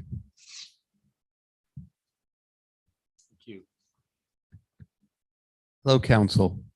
I want to take a different perspective on this. I think it's been going on for months, and it's just amazing to me, especially after last Tuesday's presentation, that this council can't get its act together. This is a political act. That's all this was. It was a political assassination. 22 documents were posted, but they were only anti-Laura. They weren't pro-censure. They were anti-censure. Why weren't all the documents posted? That's the first politics. Secondly, you're paying a lot of money for Eric Sund and Scott Smith to be neutrals. They're not supposed to be advocates. Yet neither of them have removed these from the website. Neither of them have gotten them redacted. And neither of them have put up all the documents and can't cite a policy. I've been here for an awful long time. I don't ever remember in 26 years that letters to the city council were posted online. It's not illegal, but there's no policy on it. Set a policy. If you want documents sent to the city to be posted, post them all, but redact them as you're required by law. It's hard for me to believe that 2 people who are very smart, Eric and Scott, would allow this to become a controversy. They had 2 choices. They had it for months. Take them all down or redact them. That would have taken less than an hour. I can redact 20 pages of documents in 10 minutes. This wasn't a complicated situation. This wasn't difficult. It was a political assassination of Laura. And it was done intentionally for Laura and her supporters to be punished. Don't go along, you'll be punished. And Chris, you know that's what happened. Gene, you know that's what happened. And Kathy, you know that's what happened. So why was it done? Why didn't council, when this came up 3 months ago, Kathy, you can shake your head. Why were they left up unredacted, Kathy? I mean, that's a fair question that you should ask. The city manager has paid a lot of money. He's supposed to take care of problems. That's what we were told last Tuesday. Don't find solutions. Ask the city manager why it's not done. Why wasn't this fixed? Why did Scott fix it? Why did you get a letter from the district attorney telling you to fix it and still wasn't fixed? So I say this, ask them to resign because they're not doing their job. Or as a council, find out why they didn't do their job. Why do they want to create this controversy in the city when it's simple to solve? If we can't solve simple problems, then we can't solve complex problems. So this is a simple problem. So I suggest tonight you take the following action. Vote to either redact the documents or take them down. And if you vote to leave them up, I'm in favor of transparency. Put up all the documents, all of them, not just the one side of this issue. And ask both people, Scott and Eric, why were only one side of these documents placed on the website? Why were they placed on at all? What policy was followed? If you can't get those, it didn't take very long to ask. Why were these even posted online? I have not gotten an answer from anybody. And why were they not redacted? Because if you do a CPRA request, there's a discussion of it and they're always redacted. The city's very good at that. So I ask you to take that action tonight. Thank you. So, city manager, any response? Absolutely. So a couple of things that I want to address is one, the city management did not receive a letter from the district attorney. There was communications with the district attorney's office as to what we were doing with the documents, and the resolution that was agreed upon by the city and the district attorney's office was that anyone that would request their item to be redacted, the city would redact within 24 hours. And so currently the city has 5 requesters that ask for their information to be redacted that have been redacted. The other authors of those emails have not requested the redaction. With that said, I think it's important because it was mentioned in some of the presentations about these portals. So it's important to note this was in reference to the November 23rd, 2020 censure hearing. At that time, we were not meeting in person. We were meeting remotely via Zoom because of the pandemic. And as part of the discussion process that I'll defer to Scott Smith, our city attorney, in communications with the attorneys representing Councilmember Ferguson, the portals were requested as part of that process so that public documents that were not read into the record, but just submitted would be. Who were those attorneys? Who were the attorneys that requested it? Brad Malamud and Mike Winston. And so these portals, 2 of them were created. One was created for Councilmember Ward, where all of the documentation that she put together was posted on one portal. And then the other portal was these public comments that were submitted. And it's a good example. We just had Mina, or not Mina, but a representative from Courtney SandCastle. If anyone comes to a council meeting and hands you, the council, a piece of paper and says, I want you to consider this as part of your deliberations, we are required to make that document available to the public immediately in its form that was provided to the council. Similar actions as it relates to this portal and public comments.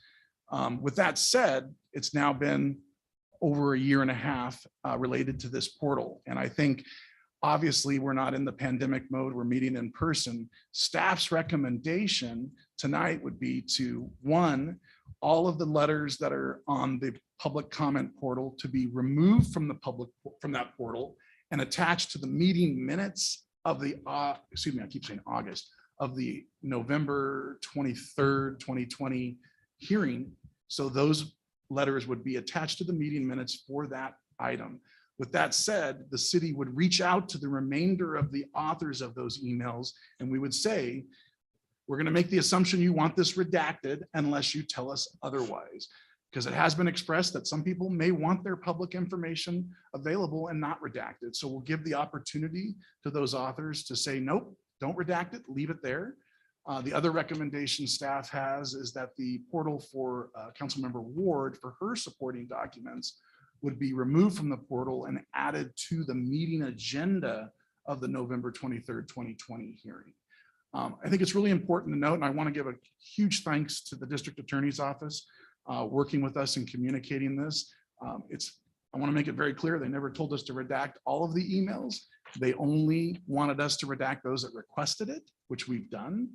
There's no violation of privacy as been alleged by the public commenters. We value privacy and we maintain that, but that's staff's recommendation. And that's something that I want to put in front of the council. And that's all I have at this point. I have some comments. Please. Thanks, Mayor James. First, I want to point out this narrative. I don't know how long it took you to formulate this, city manager, but I don't appreciate it. This is what it is. It's a deliberative doxing of 22 people, of half the people that provided public comments.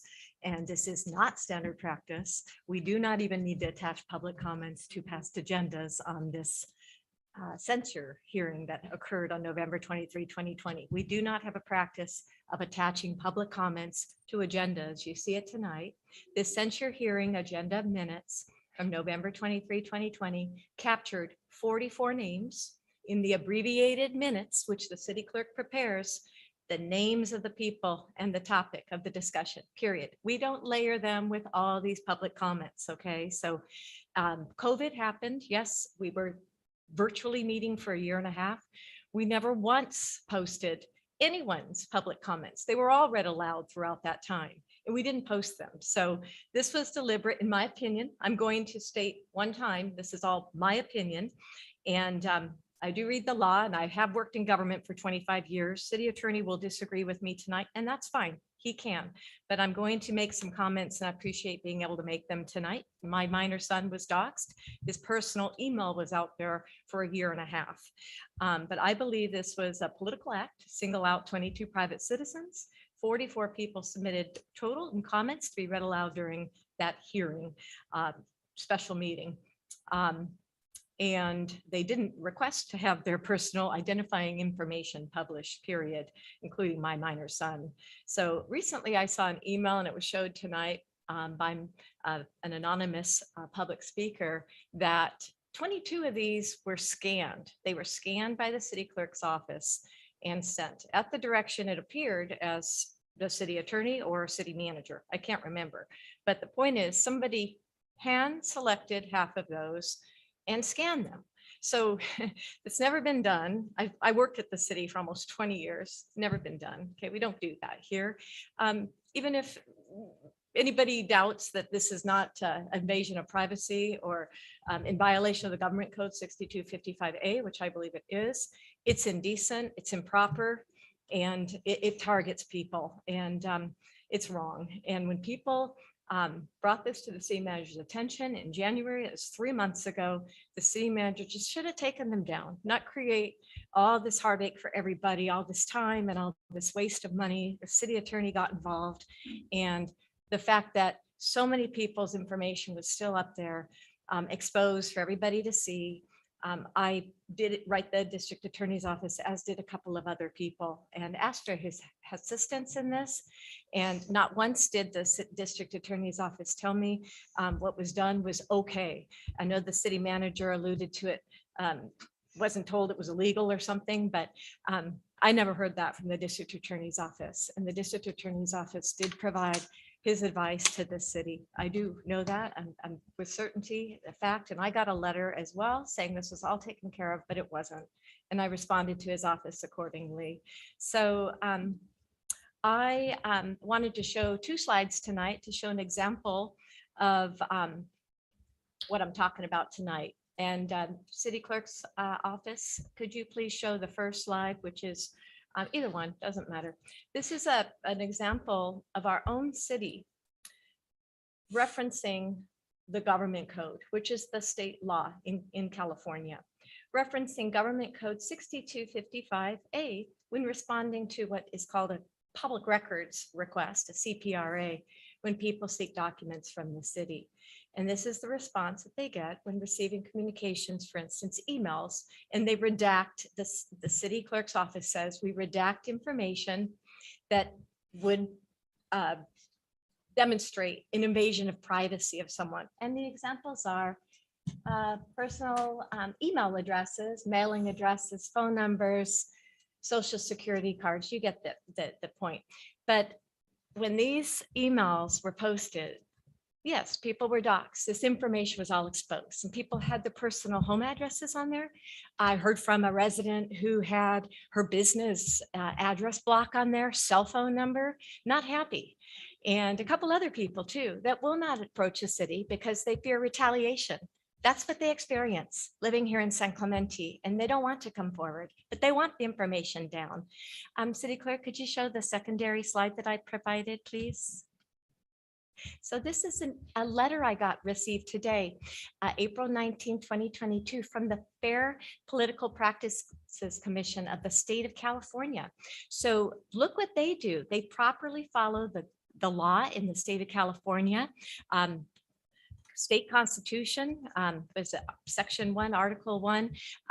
You don't violate people's privacy. So they perfectly redacted out Miss Michelle Schumacher, all of her personal information, probably her address, her phone.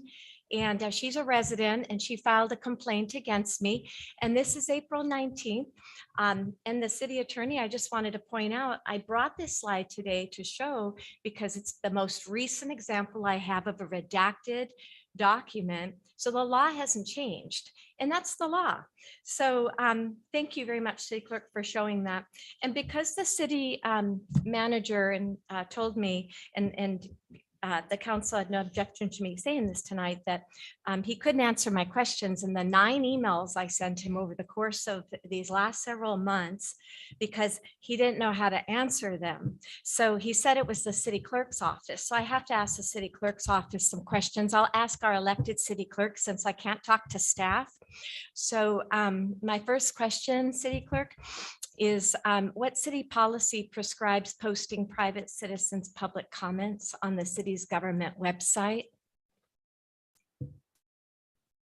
I'm not aware of any. Okay, thank you very much. And I appreciate you answering because I have written 9 times to the city manager and haven't gotten my questions answered. I'm asking on behalf of not only myself, but all of the constituents who have called me privately or written me. So this is an interrogation. I just really appreciate answers. And I was elected by the city to get answers for people. And number 2, other than this time, was it ever done during your 30-something years as a deputy city clerk or elected city clerk? That we emails with personal information was. Yeah, published on our government website. Well, yes, there were, because sometimes, especially with public hearings, if letters or emails come in, they were attached to the report. And in those cases, they were posted online. Okay, no redacted information on those. I always tried when I caught them to redact. Okay, I thank can't you. say I caught every one, especially if one was in between, but that's something that I always tried to look for if I had time before the packet went out. Good, thank you. I appreciate that. That's a good courtesy to do. And then why did this, do you know why the city manager said it was the city clerk's office selected half of the private comments to post? Because they were scanned by the city clerk staff and emailed. I have no recollection of that at all. Okay, and then was there any direction to city clerk's office to do any of this? Like who orchestrated just singling out 22 people out of 44? I don't remember. What I remember about the day that the packet went out, it was very hectic. It was an unusual hearing, and we were in discussions with the city attorney. Okay, thank you so much. And this is actually for the city manager. Why, after the many protests, are these still on the website? Because again, as I indicated, those that wanted it redacted, we redacted, and those that haven't requested redaction, we have not redacted. They don't know.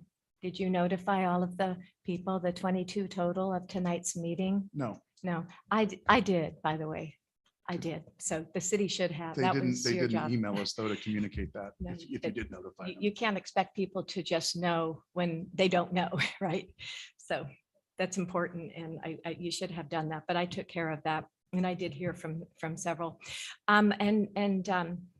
why after, this is for the city manager, why after notice of violation of the government code 6255A and the state constitution and the First Amendment laws, why these have not been redacted or just better off removed, just removed? Removed is what should happen. This is, So first and foremost, there have been no violations, and we can agree to disagree. Secondly, I provided my recommendation to the city council as to what we can do to remedy the situation. And so I stand behind my recommendation. okay. And why would the city spend just less than 1 hour, just 3 months ago in January, when this was brought to your attention, just pulling them down? I used to work here and I would update and poll and post information on the website. It's literally, it takes a minute per document or less. Again, Councilmember Ferguson, my recommendation has been presented to the council and I stand ready to take direction from the Okay, council. is there a reason you delayed doing that, though? It's No. been 3 months. No, ma'am. You have no reason? Okay. Thank you to all the public speakers who've come and addressed council on this matter. And thank you to Mayor James for placing us on the agenda so we can finally get some answers. Appreciate it. All right, well, I just wanted to also ask the city attorney, because he is a lawyer in the state of California. Is it legal to dox private citizens on a government website? I don't know what you mean by docs. If you're, could I Publish answer? personal I was going identifying to answer the information. question. Well, you asked me, so. I'm No, responding. I didn't. I Mhm. was going to, Go ahead. if I have the Just floor, go, may I, please. or not? I City don't- attorney, please. Yeah, the Public Records Act says that if a document is provided to one citizen, as occurred in this case, going into that hearing, then it needs to be provided to everybody else. So if that's doxing, then yes, the Public Records Act requires that. Councilmember Noble, any thoughts? Yeah, I have a couple thoughts. I'm a little concerned about this issue. We've spent so much time and energy on something so amazingly simple and easy to fix. My concern is that we and our staff and our council need to be citizen friendly. And a simple situation like eliminating personal data is such a simple, easy thing to do. Over the last couple of months, I've asked the question, why isn't it just done? I've received the answer, well, they haven't asked for it. My response is, why do they have to ask for it? The government code is clear that personal information shouldn't be on a public domain, public display. The letter that was shown from from the district attorney dated about 2 weeks ago said, I've talked to staff and the matters have been, the redacting has been taken care of. It wasn't taken care of. It was taken care of to the extent that no one asked, so they didn't get reduced. Didn't get eliminated. I had a call from the district attorney, called me late last week and said, what's going on with this redacting? Why are these things still up? I explained to him that what I understood from our city attorney was that people hadn't asked to be redacted and therefore they weren't redacted. He was very upset with me and I said, our staff has explained that to your deputy DAs. And he said, the deputy DAs don't speak for me. And he said, that needs to be done. It's a simple matter. He was going on about the need for the technology to simply black that out like the FPPC has. He said, it's a simple matter. If you don't have the technology, you ought to get it.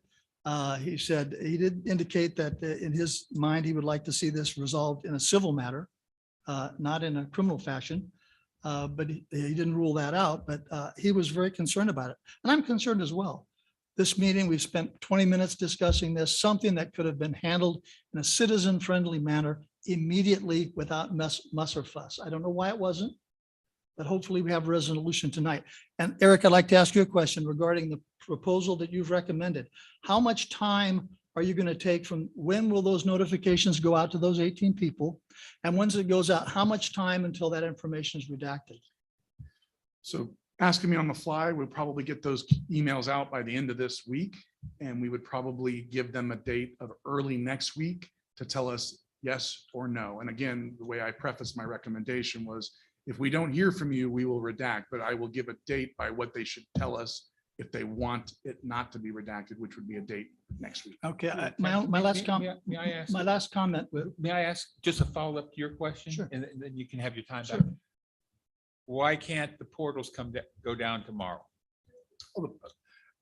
From the question of the portals, that's not a problem in terms of collapsing the portals And again, as I mentioned, those documents then being attached to whether it's the agenda or the meeting minutes. That's something that we can do tomorrow. I was answering the question of communications with the I office. understand, but I thought that was a good time for a And follow-up. that was exactly what I was going to Okay, follow sorry. up with. This is Tuesday. You said by the end of the week, there's only 18 people involved, 18 clicks. You could notify them tomorrow and give them 24 hours to respond. And by Thursday, this could be ancient history. I know you've given me a time frame, Eric. I'm just Yep, I encouraging you to understand. accelerate it if you could. That's up. I understood. Ms. Ward.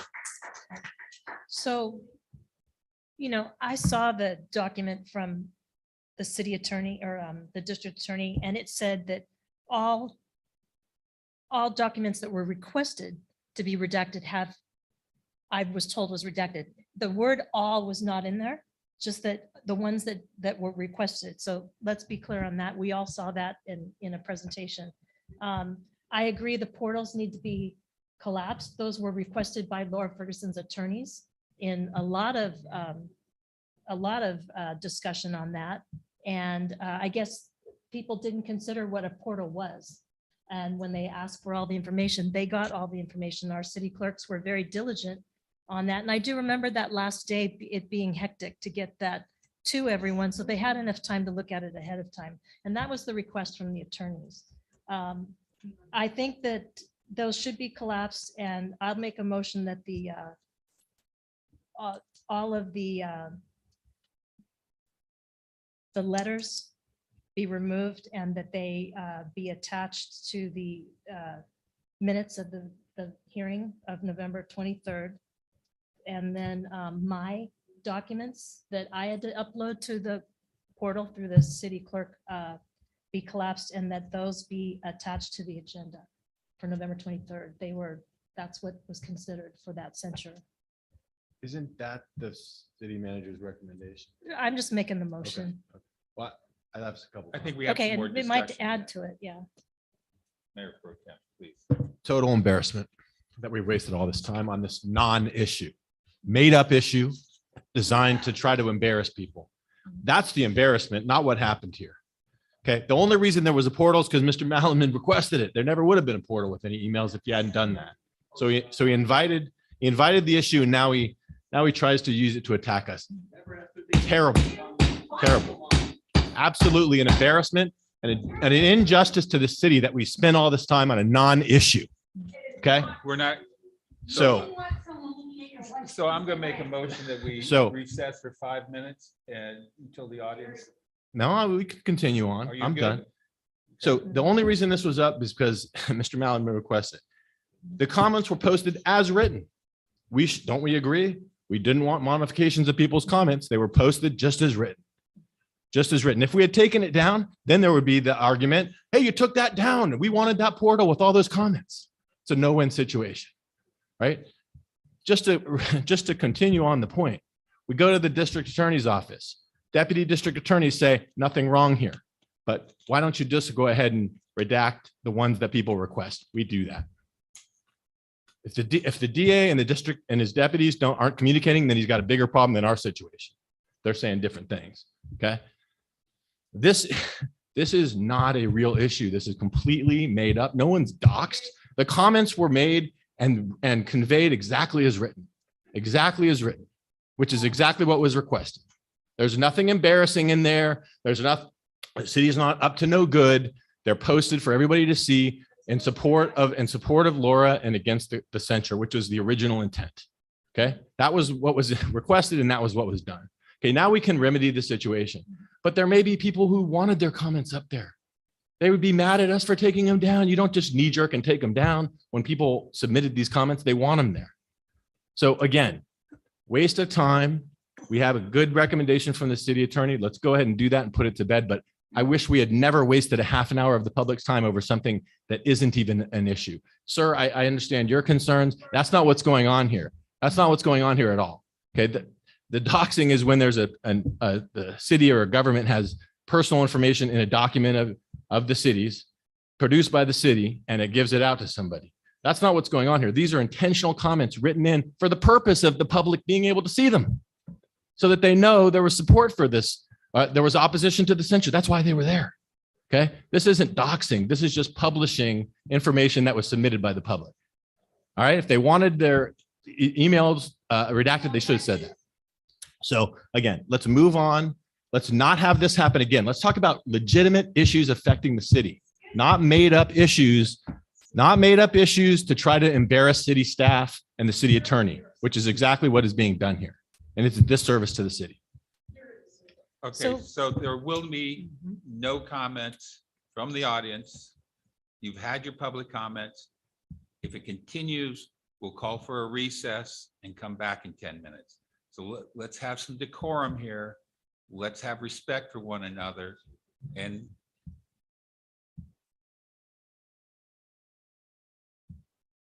thank you.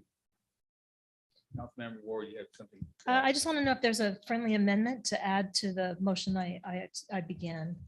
Well, As I far have a as couple the, comments to okay. make. For anyone that felt a chilling effect, I apologize for that. I don't think, but at the same time, I don't think there were nefarious intentions here by anyone. Could we have handled it better? Absolutely. I wish back in January, when this was first brought to council's attention, I wish we would have addressed it immediately, addressed it in the next meeting. And I'm going to take responsibility. I didn't push that.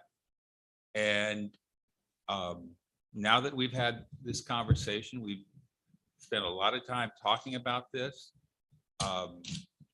Just when we come off of a meeting on strategic planning, when we should be looking at the vision of the city, we're talking about this. This was a self-imposed wound on our part, and I will accept accountability for it. But I will say there was absolutely no nefarious intention. I don't believe anyone intended to have a chilling effect on anyone. It wasn't like there was personal information such as incomes or marital status or any of these kind of personal information. It was emails. It was email addresses and names. We've learned. One more outburst and we're going to take a 10-minute recess. Just one more. I would ask that we have decorum on both sides of the dais and we proceed accordingly. Now, we came off of a really great strategic planning meeting, and I really want to go back to looking at vision and not on personal animus. This dais, I think, for those of us that occupy a seat here, we have to respect the sanctity of this dais. And I would ask the people who come here respect the sanctity of the dais as well. So with that, Councilmember Ward, you have a motion. I made the motion to close out both those portals and attach it to the documents that it needs to go to, and also to direct staff to reach out to the people that we have not heard from yet, and to this week and give them a date of when those are going to be removed unless they don't want them removed. And then, Second. yeah, that's City enough Clerk. direction. Oh, if I may, Mayor, I just have a question of Ms. Ward, just to clarify. Redacted personal information on those public comments that are attached to the agenda? They're going to contact the people, as was stated, and they're going to ask them whether they want them redacted or no, that they're going to be redacted unless they tell us otherwise. All 44? Is that enough? That's correct. And just for clarification, the redaction of their personal email address. Only, because their comments are All are 40, still okay. there. All 44 or 22? All the letters that are on the portal. What about the other 22 attached to the agenda report? Are those unredacted is what you're telling us? No, if you're going to attach I don't know what she's. public I'd have comments to to an look. I don't agenda know. report, because you list 44 in the minutes, right? So why only attaching 22 instead of the 44 to the agenda report? I can't speak to that. I'm only I have no referencing the idea. portal documents. That has been the discussion point. But why are we only talking about attaching 22 public comments instead of 44 to the record? I would assume, and we can check that the other ones were read into the record, so the minutes reflect those individuals' names and comments made under public comments. No, And these they don't one- have an address with Oh, them. well, these ones were read into the record too, so that's not a valid point. City Okay, so clerk, can we- you we have- clarify that meeting were some read? Because I don't remember that. Were some read They by the were city read. clerks? Mhm. Okay, so those would not have been in the portal and would not have had their original information on them. I don't know that. I do know that the ones that were read are already in our file. Okay, And so they're we're on the just talking portal about the too. difference of the ones that are in the portal, that we collapse that portal and ask those people whether they want that. But we will redact We unless they will. tell us by a certain date. Exactly, because that's. So we have a the motion. Direction. Friendly, ma'am, I suggest a friendly amendment to Certainly. the motion. When that happens at some time in the future, I don't know when that will be. Could we request that the city manager notify us that assignment's been completed? Absolutely. Please, That the yes. notifications I have been think given? that's valid. Absolutely. All right, that's my motion. Do we have a second? I'm second. All right. Yep. City clerk? Yes. Councilmember Ferguson, Aye. Councilmember Noblock, Aye. Councilmember Ward, Aye. Mayor Pro Tem Duncan. Aye. And Mayor James. Aye. Unanimous. Carries 5-0. All right. Are we gonna go back to, Yes, now we're consent. going back to page 5. And the first item is a report from the legislative administrator concerning scheduling meetings to interview and appoint individuals to serve on various city commissions and committees.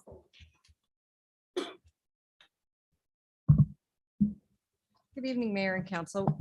It is that time of year where we need to advertise for openings for Planning Commission, or actually for all of our commissions and committees. Terms are set to expire June 30th. We have 19 terms open, or 19 seats open for all of our commissions and committees. And then an additional term for Planning Commission that would be a one-year term to fill a vacancy that just came up. So I'd like to get a couple of interview dates scheduled for June. So as attachment 2 to the agenda report is a calendar.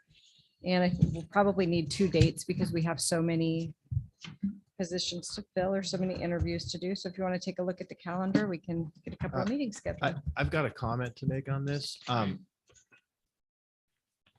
These are folks we just interviewed and approved. They only got 1 year because we were trying to stagger it, but that's the only reason it's coming up now. I tend to think we should ask these folks if they want to be reappointed, and if they want to be reappointed, reappoint them to the next term. I don't know that we need to do interviews for all of these all over again.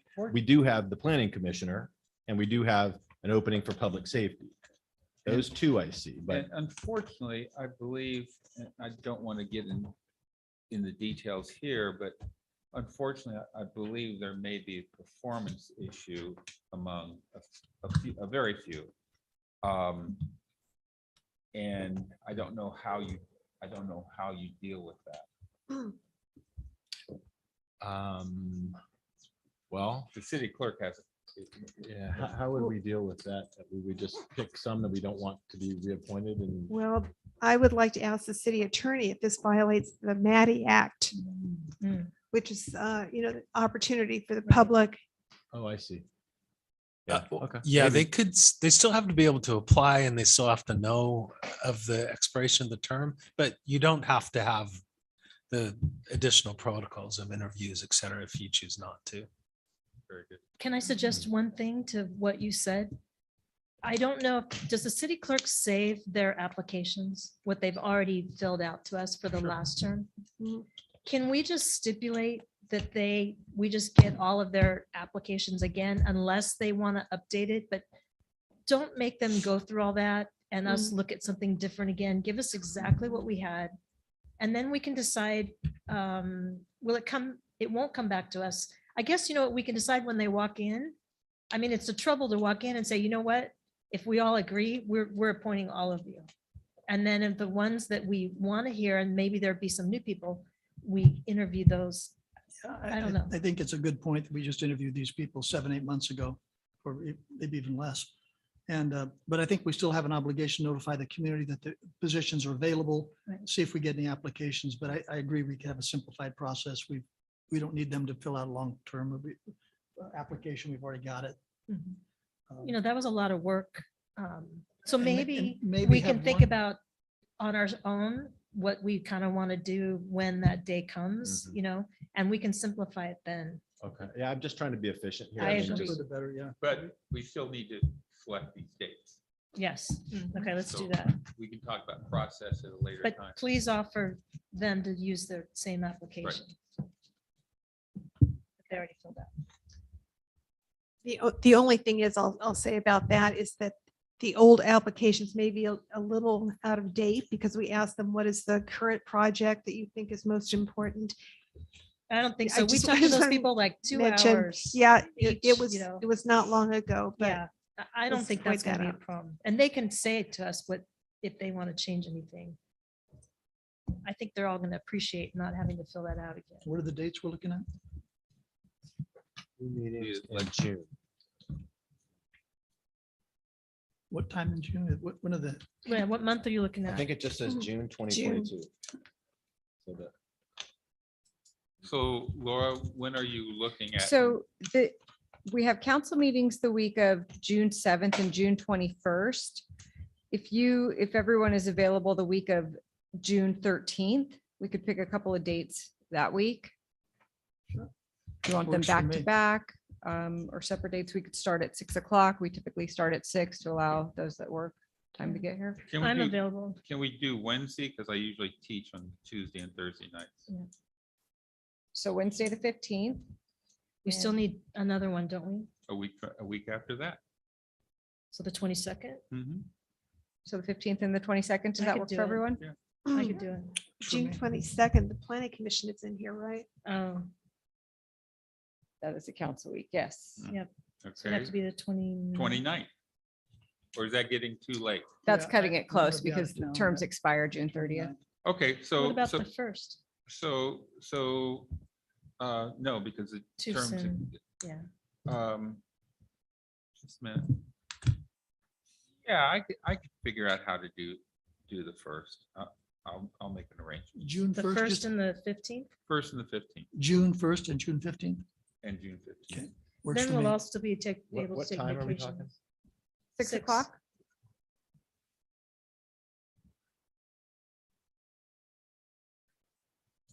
Works for me.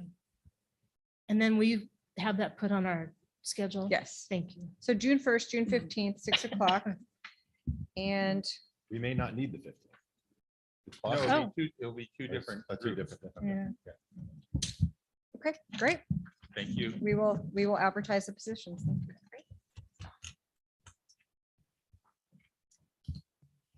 City manager? Got a couple of things really quick.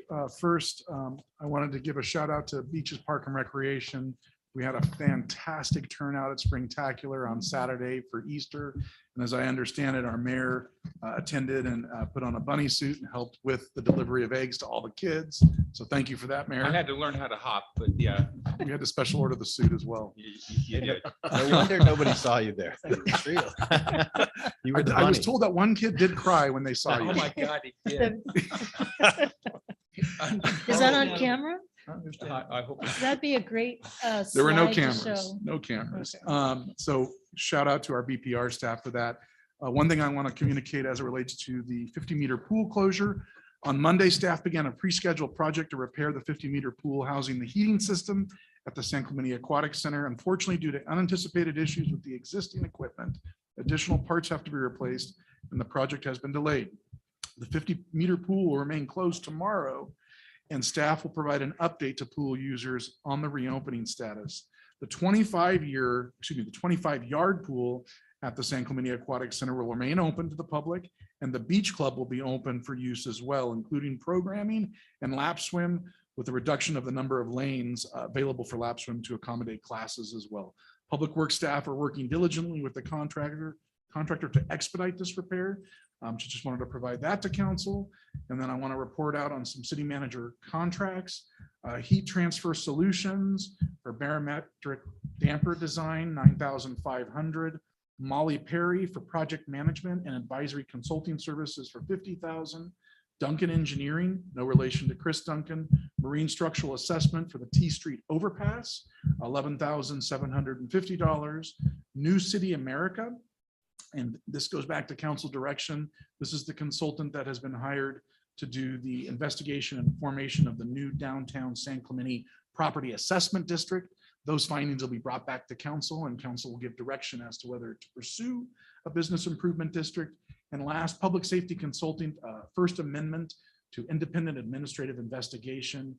The amendment was an increase of $2,000, bringing that contract to $27,000. And last, I'm going to ask Jennifer Savage, the assistant to the city's manager, to give an announcement related to our healthcare forum on Saturday. Thank you. Our first healthcare community workshop was held on April 9th.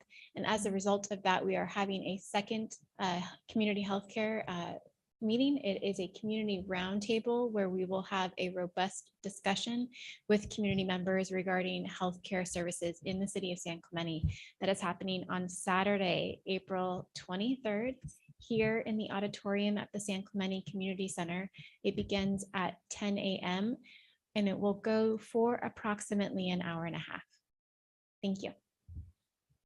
City manager. So city manager, I want to bring up something that you and I did recently. If you all recall, I raised the issue that the city of San Clemente was getting assessed almost $400,000 over and above what it was costing to operate the library. The city manager and I had a great conversation with the county librarian and the director of community resources. Very good. And they have agreed to operate a annex library in Talega. More than likely the Viceromosa Sports Park.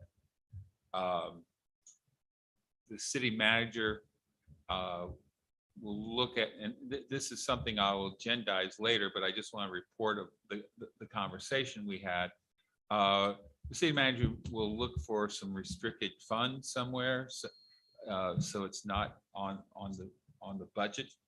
That doesn't have a budgetary impact, and we will very possibly look at building a temporary, not temporary building, it's a prefab building, probably somewhere in the Vista Hermosa Sports Park, to accommodate not only a annex library, but very possibly some sort of meeting room for the Talega area. And and the city manager will bring that back. I will agendize that at some point in time if I have some support, but I'm just kind of giving you an update. That's the meeting we had with the county librarian and the director of community resources. And I thank the city manager for taking part in that. Thank you. I'd also like to thank, we got the tree in, the 35-foot tree? 35, just shy of, I think it's a little over 30 feet. A little over 30 feet. We've got the tree on the 16th tee. I haven't walked down there yet, but I'm going to, but I understand it is serving its purpose. Good. And we will, I think, have a dedication of that tree on Arbor Day. Correct. Excellent. Yeah. So thank you for getting that done. Thank you. City Clerk. City Attorney, Nothing more to add tonight. Thank you. council members.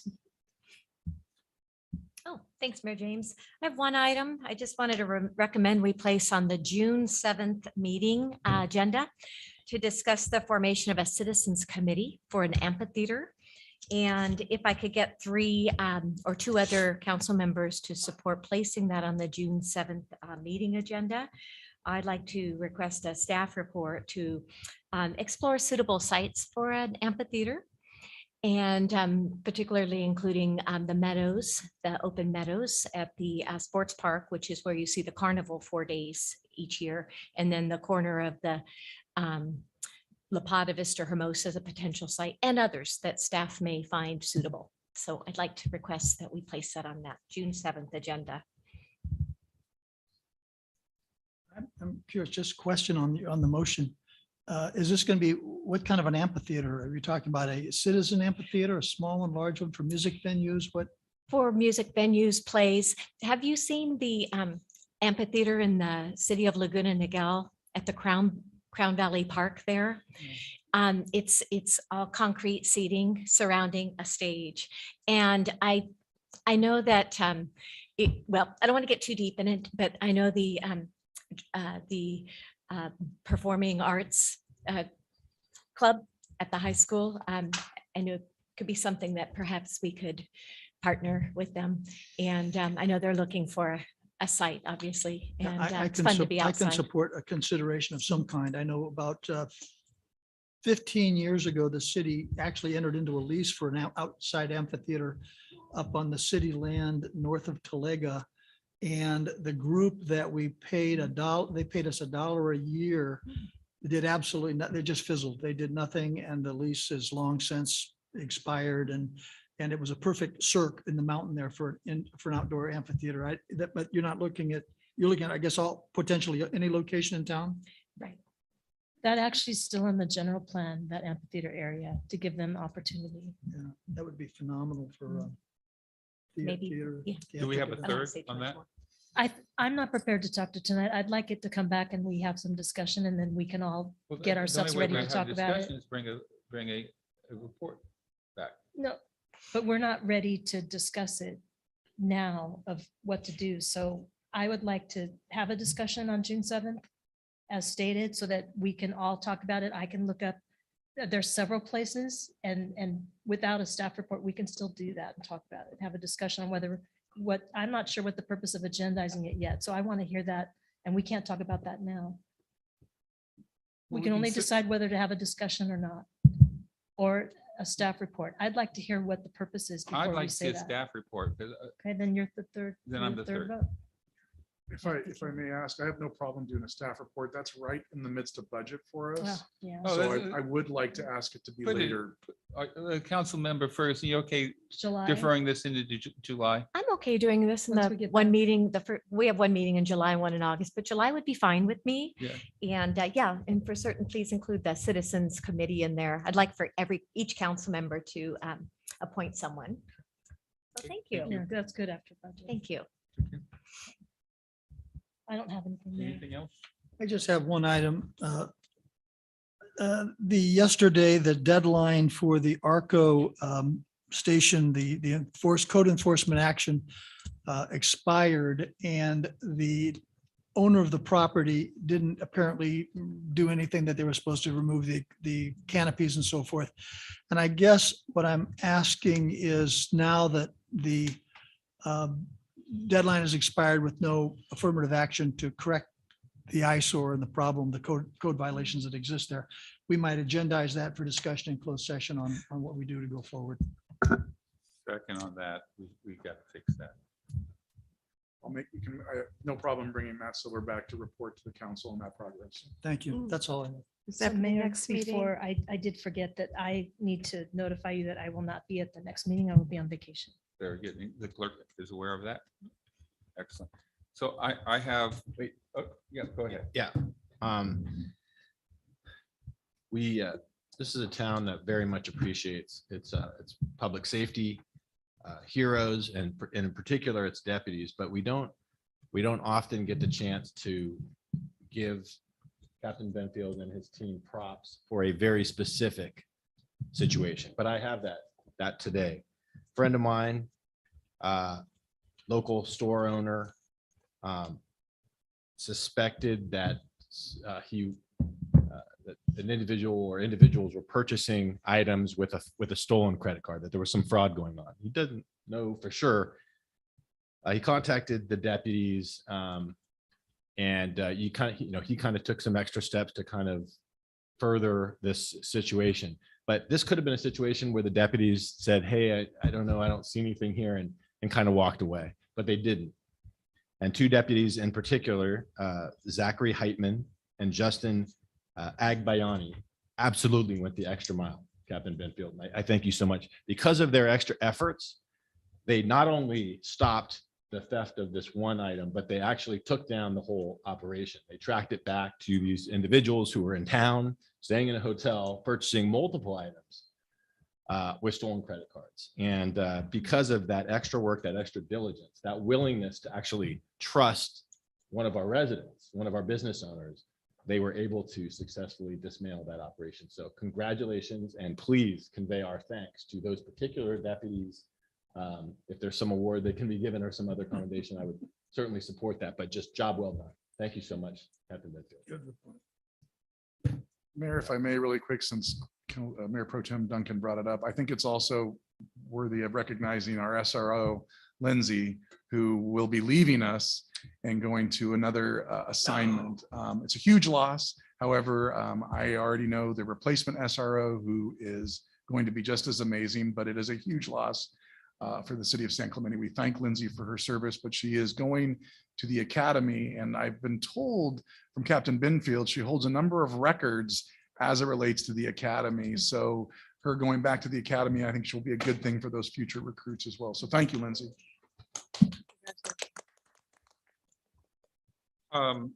What I have is last week, the TCA had the opportunity to remove the 241 from the settlement agreement. Additionally, they had the opportunity to remove their proposed tolling of the Los Patronos Parkway. In both cases, they voted to allow those statements to stand, although our cooperative agreement with Orange County of Orange and OCTA would not and will not ever allow for it. Additionally, these items have been removed from the county circulation element and the master plan of arterial highways. Unfortunately, the TCA still harbors the illusion of grandeur that they are a regional planning authority. We had the regional planning authority here this evening. As one can imagine, the usual suspects, Mr. Beal, Ms. Wong, Ms. Kelly, all voted to continue to threaten our city with a scar of concrete and steel. This is who they are. This is who they'll continue to be. Although we have the agreement with the OCTA and with the County of Orange, it's never going to occur. In their minds, they will still work at it. And they will continue to be a problem until they no longer exist or until there is some sort of audit to show what's going on at the TCA. The other thing Mr. Beal said at the TCA was we weren't even, the TCA, we were not even part of the agreement. Well, Councilmember Ward and I can assure you they were at the table, they pouted, they decided not to be part of the agreement. They were there the entire time. So although Mr. Beal's statement may in fact be true, they weren't part of the agreement. They chose not to be part of the agreement. So when we say that they're not a threat, they will continue to be a threat. And all it would take is a change of power at the Board of Supervisors, and we might very well see them as a significant threat. City Attorney, what is Senator Bates's bill, 1224, I think? SB 1224, yes. And what will it do? It'll make available $37 million in local grant funding for habitat conservation and habitat restoration in our immediate vicinity. Exactly. And what effect would that have on the potential for a toll road through the city? Well, the city will have already has ready, a grant application that would propose taking the Marblehead Coastal Conservation Easement that was given to the city a couple of years ago by that association, and working with the resource agencies to lock that in as a habitat reserve and mitigation bank. So Pico Canyon would be restored in a nutshell to look like the Sea Summit area west of the housing there. And they would not be able to build a toll road through that habitat. They would have to override the desires of the federal agencies that we would be working with. So it would be nearly impossible. So with that, my last comment is going to be, we worked through some emotional issues tonight. I think we did so with respect and dignity for each other, and I want to thank everyone at this dais for their input tonight and what we worked through. And I am confident we got to a good place. And with that, I'd like to have a motion for adjournment. I move that we adjourn to the next regular council meeting scheduled to take place on May 3rd, 2022. Part one of the regular business meeting will commence at 5 p.m. and closed session will begin at 6 p.m. Part two of the business meeting will commence at 7 p.m. and the meeting will take place, unfortunately, still here at the Community Center Auditorium located at 100 North Calle Seville, San Clemente. Second. Madam Clerk. Councilmember Ferguson. Aye. Councilmember Noblock. Aye. Councilmember Ward. Aye. Mayor Pro Tem Duncan Aye. and Mayor James. Aye. Carries 5-0.